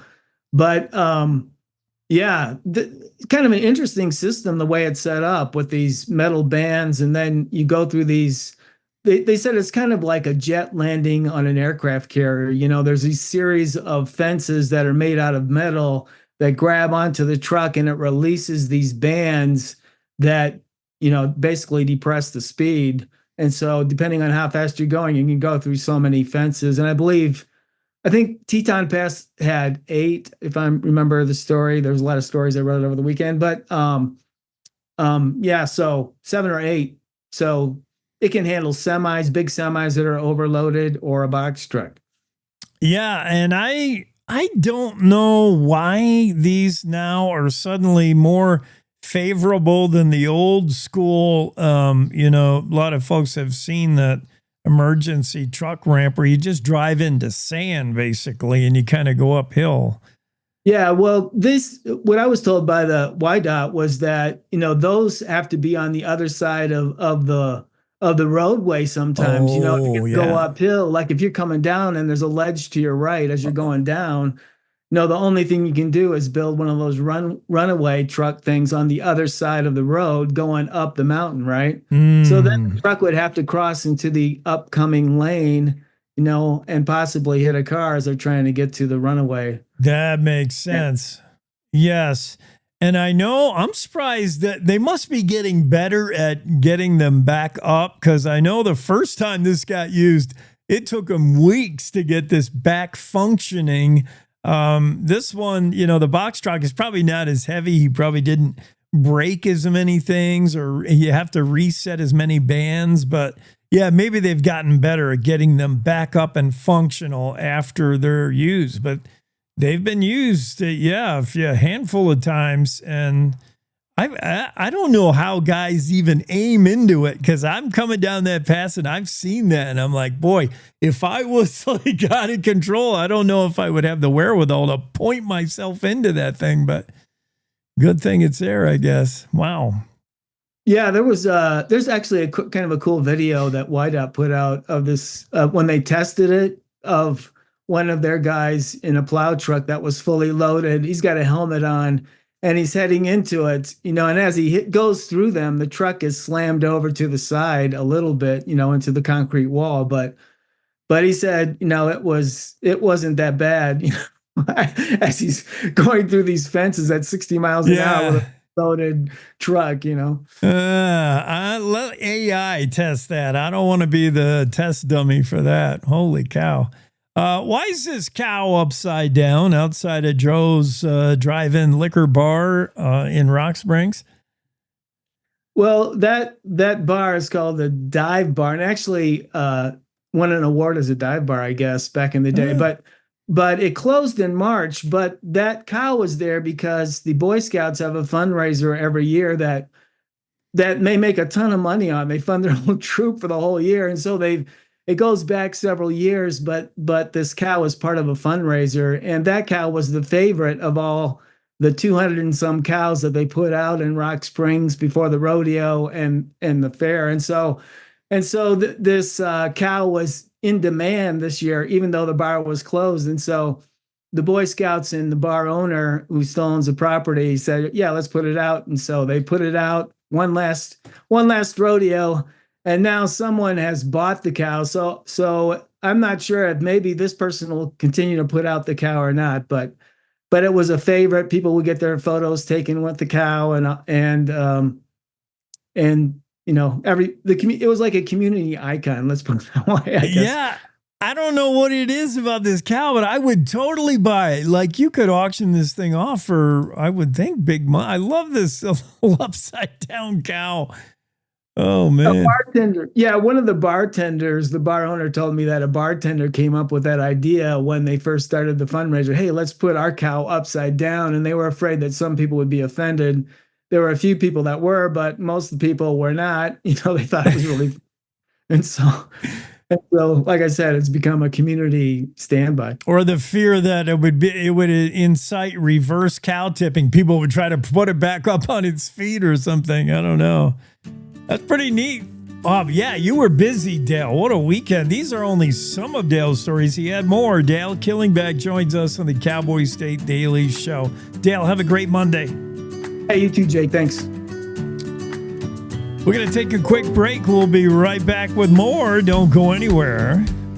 To the Teton Range, Cheyenne to Sheridan, Rawlins to Ralston. Cowboy State Daily Morning Show covers the state like no other radio show or podcast. We love Lovell. We're eager to share the stories of Story will crow about Crowheart and Yodel over Yoder. Whether you make your home in Sweetwater, Chugwater, Powder River, or Green River, the Cowboy State Daily Morning Show will make you feel right at home. Jeffrey City, Atlantic City, we see you. Little America, Big Piney, you're on our radar. Howdy, Wapiti, Meeteetse, Shoshone, Ten Sleep, good morning. Welcome, Torrington, Riverton, Wheatland, Lusk, Lingle, Lander, Timber, Casey, Kerwin, Moorcroft, Mountain View, Moose, Fort Bridger, Fort Laramie, Fort Washington, Hannah, Hudson, Hewlett, Dayton, Daniel, and DuBois. We are east of Weston, west of Midwest, north of Newcastle, and south of Sundance. Border to border, we love Wyoming and every one of its communities, bar none.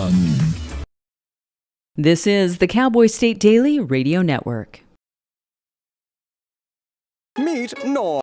He lives with anxiety, but with the help of this latest innovation from Be Normal, he can be normal, just like everyone else. With the swipe of a finger, you can project happiness, confidence, machismo. Why settle for being real when you can be normal?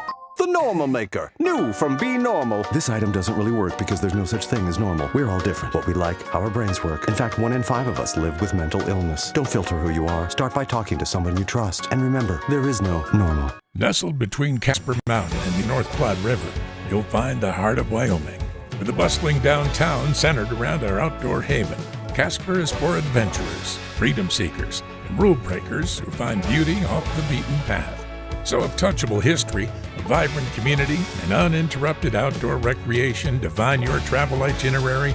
Allow us to welcome you to the one and only Casper, Wyoming. Plan your trip at visitcasper.com. I think I finally found. Hey, how you doing? Hey, Mason. Hey, Mason. Got a new house. Looking pretty cool so far. A place that I call home. I'm teaching Louise how to cook some lasagna. It only takes a spark to make a fire start.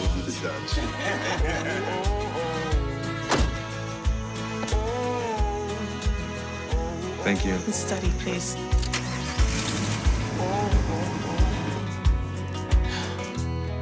I think I finally found a place to make my own. A place that I call home. This place that I call home.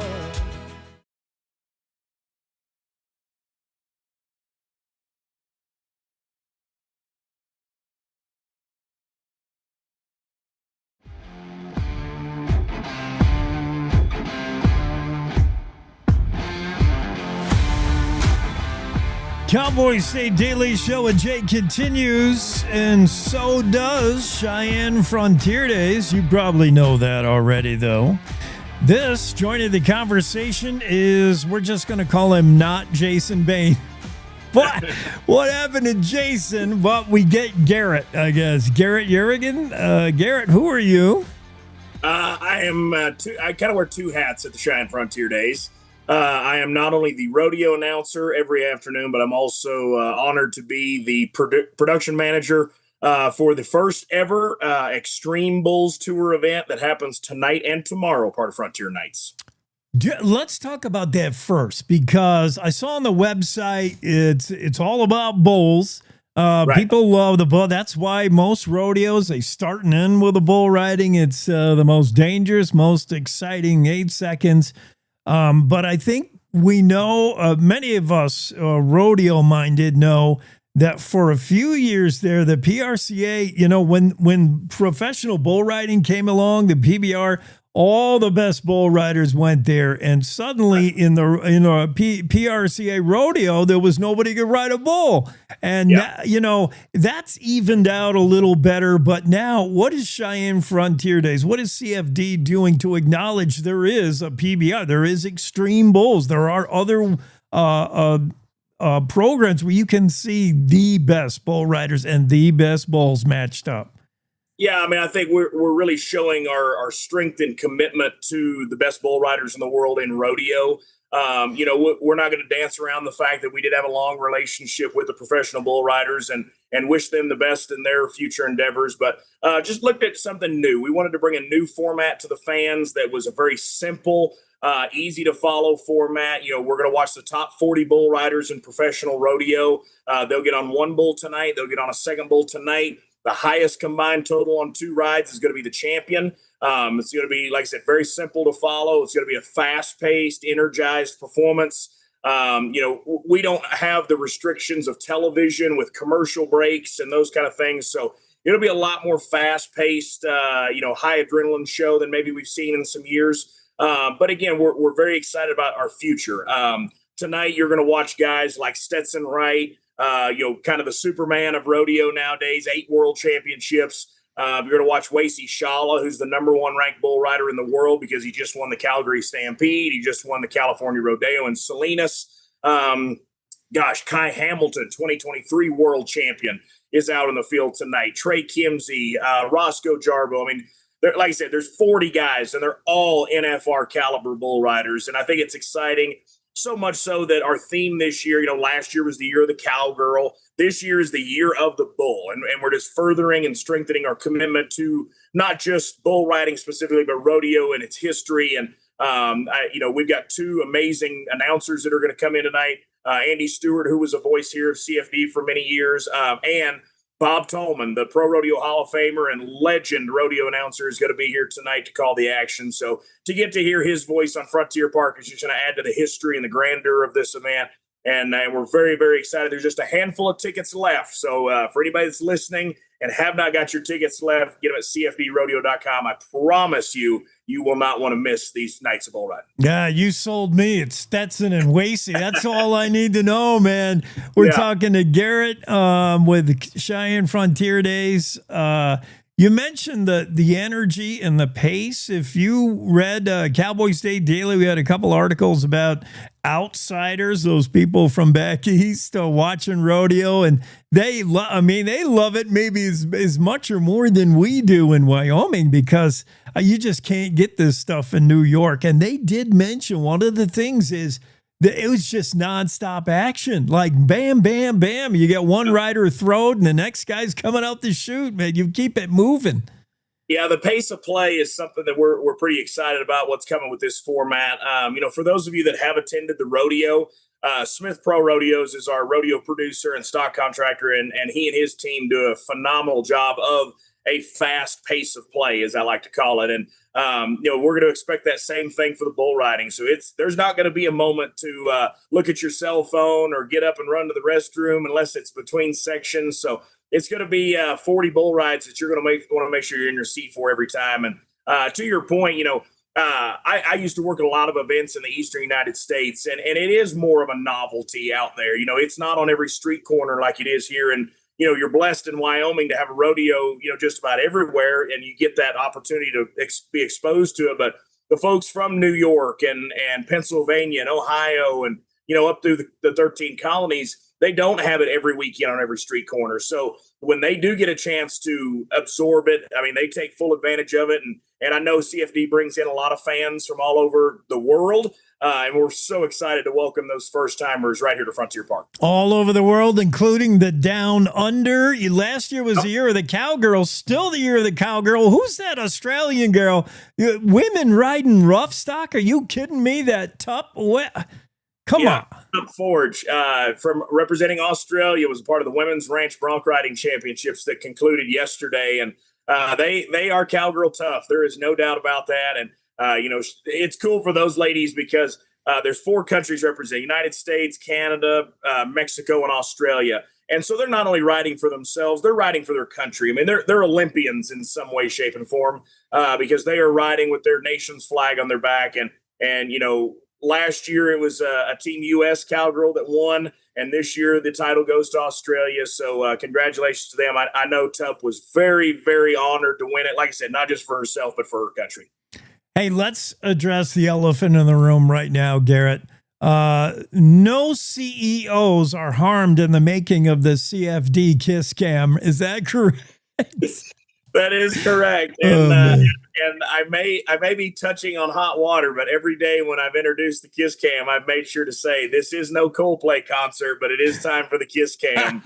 And usually that gets a few chuckles in the audience. But it's all in fun and games. Our great friends at Number One Properties, Commercial Real Estate, they give us an opportunity to make sure there's love in the house every single day with the right people. Hey, and take me behind the shoots, behind the scenes a little bit. If you've drawn your card, you're PRCA cowboy, cowgirl, you want to be at Cheyenne Frontier Days. It's a prestige rodeo. You're making money. You're making points towards the NFR, but it's more than that. Do you find contestants want to come to Cheyenne because of the experience? You're playing to the crowd, but you're also playing to the contestants. You want them to come back and enjoy themselves at this rodeo. Oh, you're spot on, 100%. And that is one of the very unique aspects of this rodeo. This is, don't quote me here, but this is probably the 3rd or 4th oldest rodeo in the history of the sport. Pecos, Texas, Prescott, Arizona, and then maybe right here at Cheyenne. This year we're celebrating 129 years of the world's largest outdoor rodeo and Western celebration. And that's just amazing. When I first got hired at this rodeo back in 2021, it was the 125th anniversary. And I remember setting foot on this ground, and just the history came rushing at me and, just hit me right in the chest. And I tell many people, I could feel it from the highest of highs with Billy Ettbauer and Cool Alley all the way to Lane Frost, taking his last breath on this arena. There's so many pages of rodeo's history book that have happened right here on the beaches of Old Cheyenne. And, there's very few rodeos in the world they write country songs about, and this one's got more than one written about it. So it's just something very special. And I know, people that listen to us talk about it and, oh, you got to come. They think we're just out here pandering to somebody that's paying us. But I don't tell my bosses, but I would do this rodeo for free. This is such an amazing event, and the Cowboys recognize that too. There's no more recognizable buckle besides a world championship than a Cheyenne Frontier Days buckle. The saddle and all the things that go with it. This is one that you can win world titles, and that's great. But when you win the daddy of them all, you've made it in rodeo. Yeah, that's why they call it the daddy of them all. Still going on now through the 27th of this month. We're talking to Garrett Yerrigan. Garrett, I have a buckle. This is going to age me a little bit. From volunteering behind the chutes, I have the 100th and the 101, 100th and the 101st. I remember that rodeo. I remember a horse called Gaddafi Skull that was just unrideable, man. Yep. CFG's just got so many great memories. So, all right, how do we get there? We got bulls tonight and tomorrow. You said, how do we do this? We got to get on there. It's all on the website. Yep, that's right. Very simple. CFDrodeo.com. You can go on there, get all the tickets, all the parking information. We start at 8 p.m. sharp both nights, tonight and tomorrow. Obviously, the rodeo is still going on at 12:45 every afternoon. Like you said, through Sunday, our final day. But, concerts will be back on Wednesday. Great lineup, Brooks and Dunn, all the way to Cody Johnson and Megan Maroney through the night shows. But you will not want to miss tonight and tomorrow, PRCA Extreme Bulls Tour. Make sure you get your tickets, CFDrodeo.com. Come join us. Hey, one last thing before you leave us, Garrett. I know, there's parade, there's more food than you're ever going to be able to get to.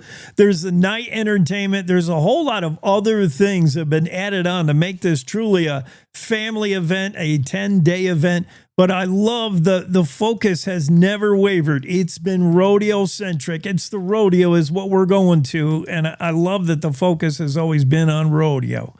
It is, and that's something obviously very near and dear to my heart, too. I mean, I grew up in this sport. I didn't grow up in a football family or a baseball family. I grew up in a rodeo family. My dad competed here in the steer wrestling for many years, so this rodeo is very special. And I'm like you. I'm very proud that the rodeo has maintained its place in the limelight in the forefront here. And it's built and grown on the backs of the volunteers. You mentioned yourself have history here as a volunteer, and we're 3,000 volunteers strong, and this rodeo only happens and only maintains that prestige because of all of their hard work and dedication. I'm only able to do what I do because of all the people behind the scenes doing what they do. So it's very cool to see that all of that has grown every single year and maintained its history as the daddy of them all. Yeah. Well, you're going to hear this guy's voice at the Cheyenne Frontier Days. It's Garrett.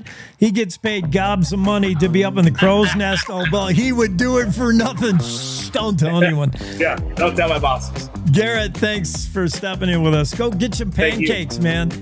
Will do. All right, buddy. Garrett Yerrigan stops in place of Jason Bain, but I think might have been an upsell. We'll be right back after this quick break. More on the Cowboy State Daily Show with Jake after these. Wyoming is the Cowboy State. From corner to corner, there are so many stories to be told, and more cowboys and cowgirls are turning to the Cowboy State Daily News team to keep them in touch with what's happening both locally and in other parts of Wyoming.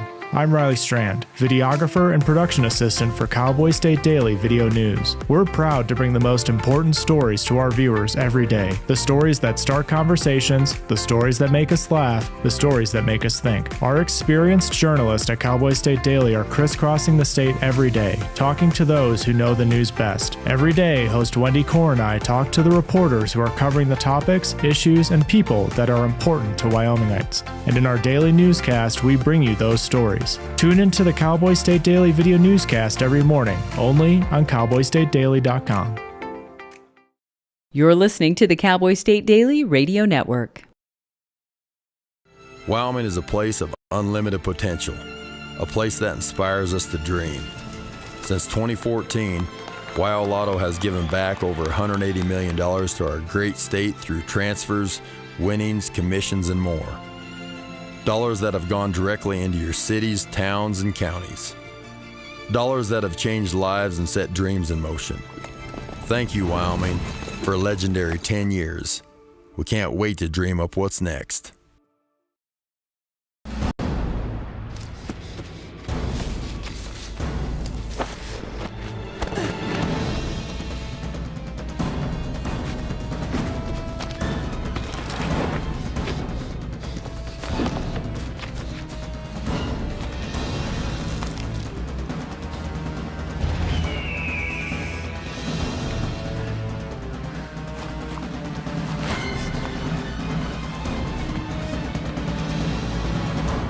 mighty might not see it coming. It's prediabetes, and it captures 1 in 3 adults. You may not even know you have it, but you can escape. Take the 1-minute prediabetes risk test to know where you stand. With early diagnosis, you can change the outcome and prevent or delay type 2 diabetes. Be your own hero on smartphones everywhere at doihaveprediabetes.org. I wanted to talk with you and your mom today, Lily, because of some of the changes your friends and teachers have seen in you lately. And along with the incident the other day, you were with Derek when he was caught selling marijuana. Yeah, he was selling it. Honey, we know. But we care about you and want to know what's going on. That's right. We'd like to understand it better and see how we might help. And if weed is a part of it, we want to make sure you know about the negative consequences for someone your age. So, can we talk? Talk. They hear you.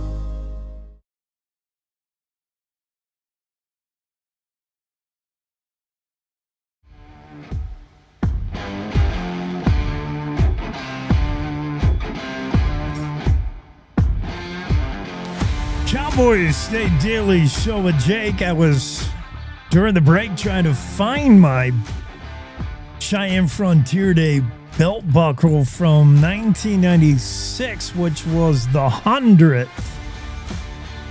And I can't find it. I was going to show Garrett, prove to him that I was there.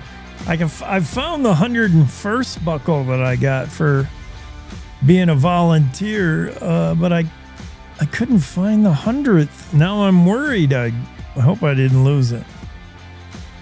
I'm not sure where it's got to. That was great to check in with Cheyenne Frontier Days. Daddy on Mall, 10 days, 9 days of rodeo, 10 days of fun. And Extreme Bowls tonight. You don't want to miss it. A scant few tickets available, so get on it now, CFD website, and buy your tickets to Extreme Bowls tonight. Cheyenne Frontier Days continuing through July 27th.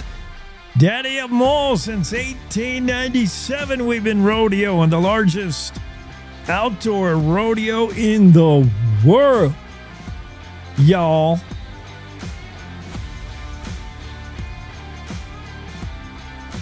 And as Garrett said, no CEOs have been harmed in the kiss cam. They do a kiss cam at Cheyenne Frontier Days.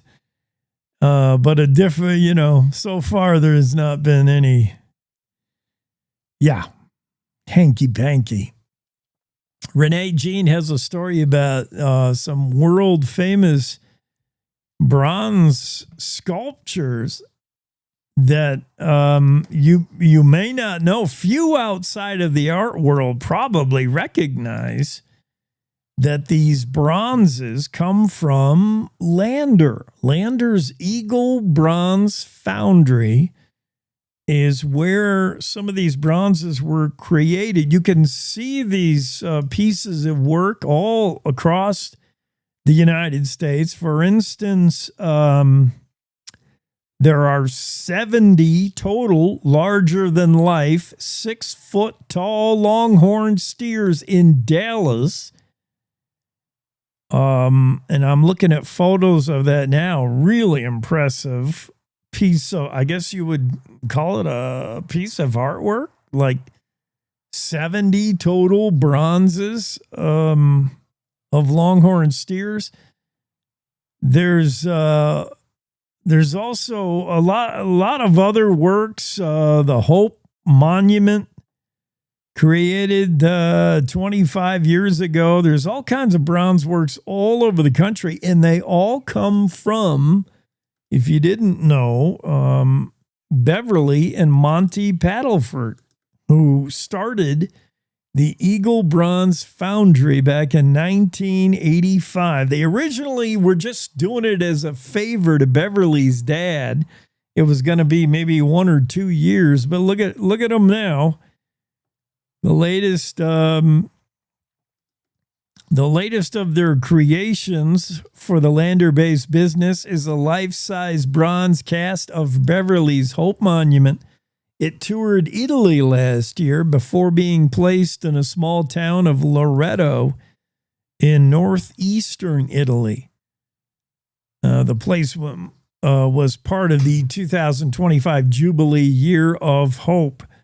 But there's bronze works all over the place, all over the country, and it's pretty neat to know they come from right here in little old Lander with an outfit called Eagle Bronze, and that was created by Beverly and Monty Paddleford back in 1985. Renee Jean has the story in the Cowboy State Daily. We'll get to more news stories over the weekend right after this quick hit from the Wyoming Game and Fish. Hunters, applications for highly sought-after hunter management area permission slips are underway. I'll have details next on the Wyoming Outdoorsman. I'm Ray Hageman. If you're one of the many hunters making plans to head to a Wyoming Game and Fish Department hunter management area this fall, it's time to apply for permission slips. Applications for HMAs opened at 8 a.m. July 21st.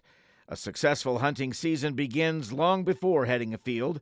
Securing permission for access is one of the most important planning steps. HMAs are typically ranches where Game and Fish manages hunting access. These properties may include portions of various private lands as well as intermixed leased BLM and state lands within the HMA boundary. HMAs are part of the Access Yes program that facilitates the partnership between private landowners and Game and Fish to provide hunters and anglers free public hunting and fishing access on private land and inaccessible public land. Access Yes also includes walk-in fishing and hunting areas, each of which has its own rules regarding species and access dates. Wyoming Game and Fish Department Chief Game Warden Dan Smith says the Access Yes program thrives because of our incredible partnerships with Wyoming landowners. He says our most sincere thanks goes out to these individuals who make hunting opportunities possible on their land.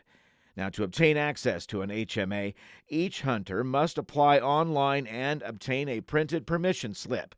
Kelly Todd is the Laramie Region Access Yes Coordinator. He says each HMA has different rules, so hunters need to take the time and carefully review the individual HMA ranch rules for information on the species that can be hunted, hunt areas within the HMA, the number of permission slips that are available, when and how those permission slips are allocated, as well as any other conditions of access. Type 8 elk licenses are not valid on the National Elk Refuge.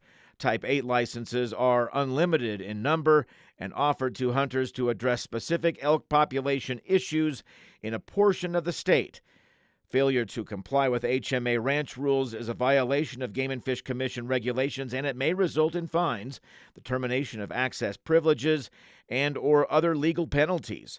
Hunters should abide by ranch rules and show respect to landowners that provide access. There are currently 65 HMAs throughout the state of Wyoming.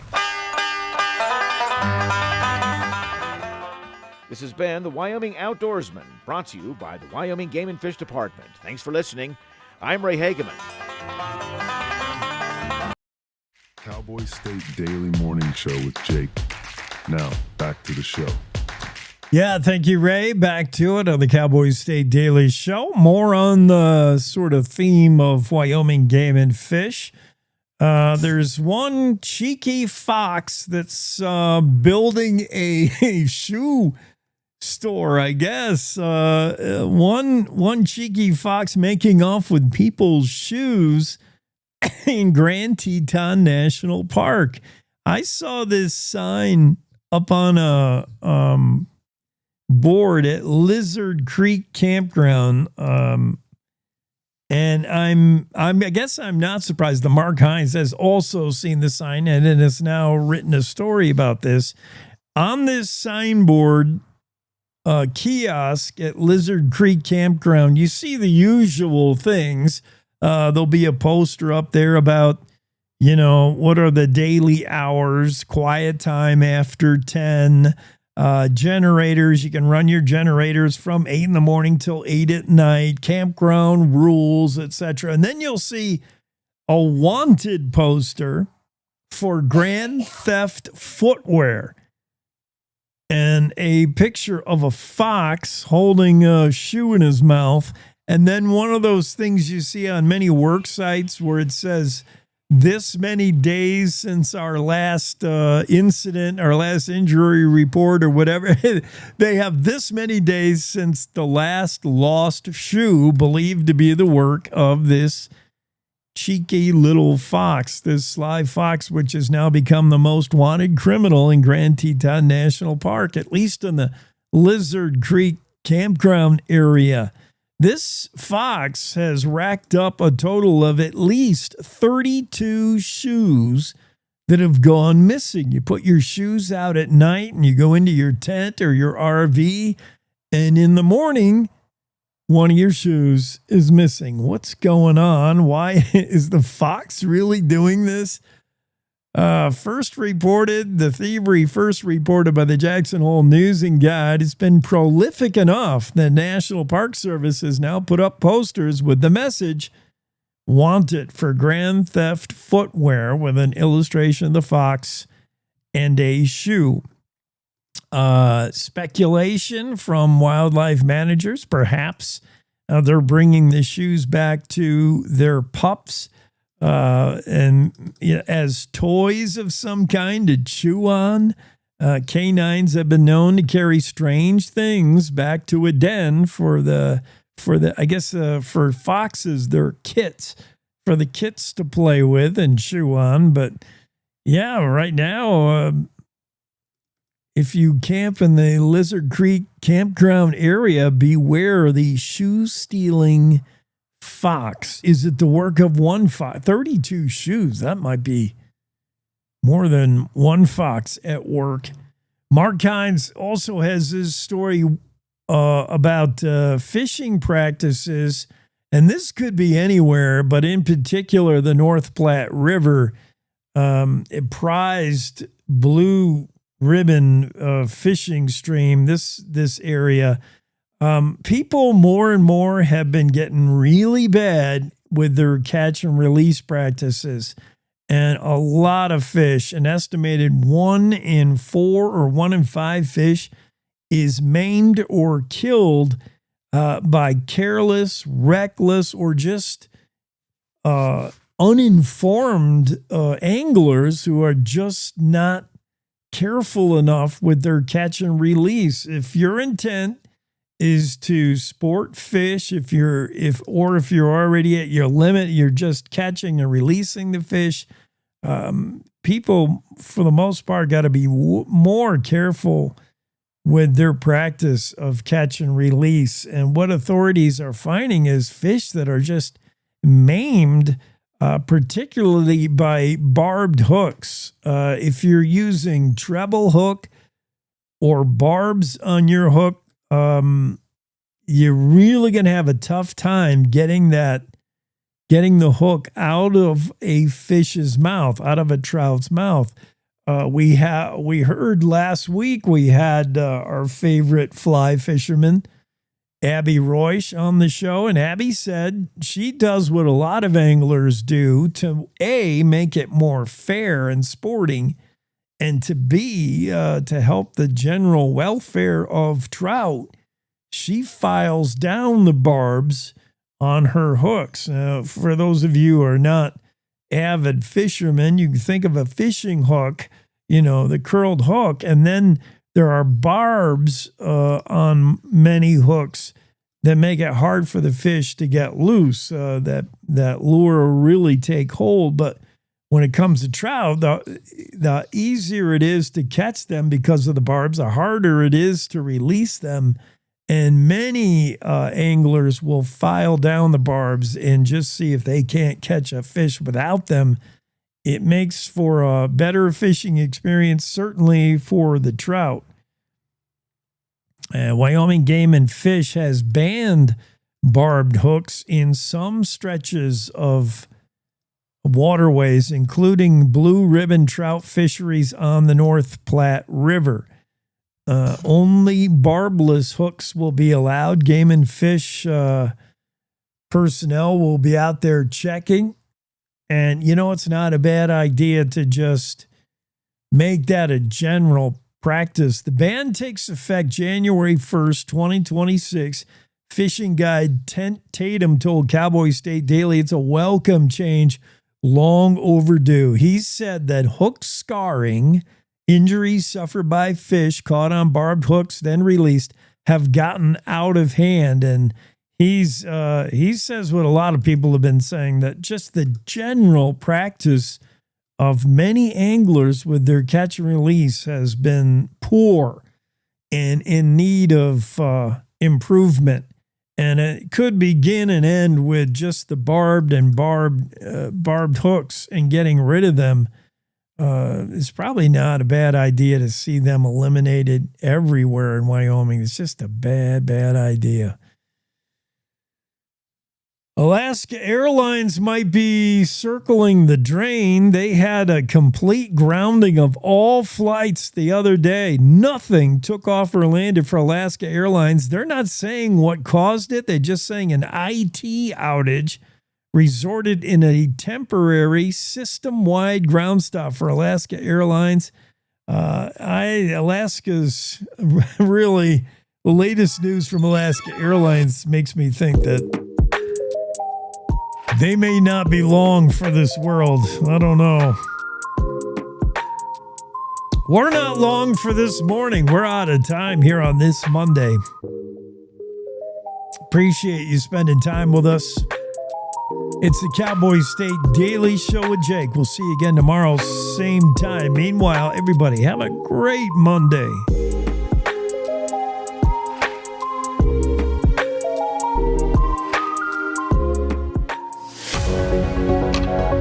Good morning. This is the Cowboy State Daily Morning Show with Jake. The new way Wyoming wakes up.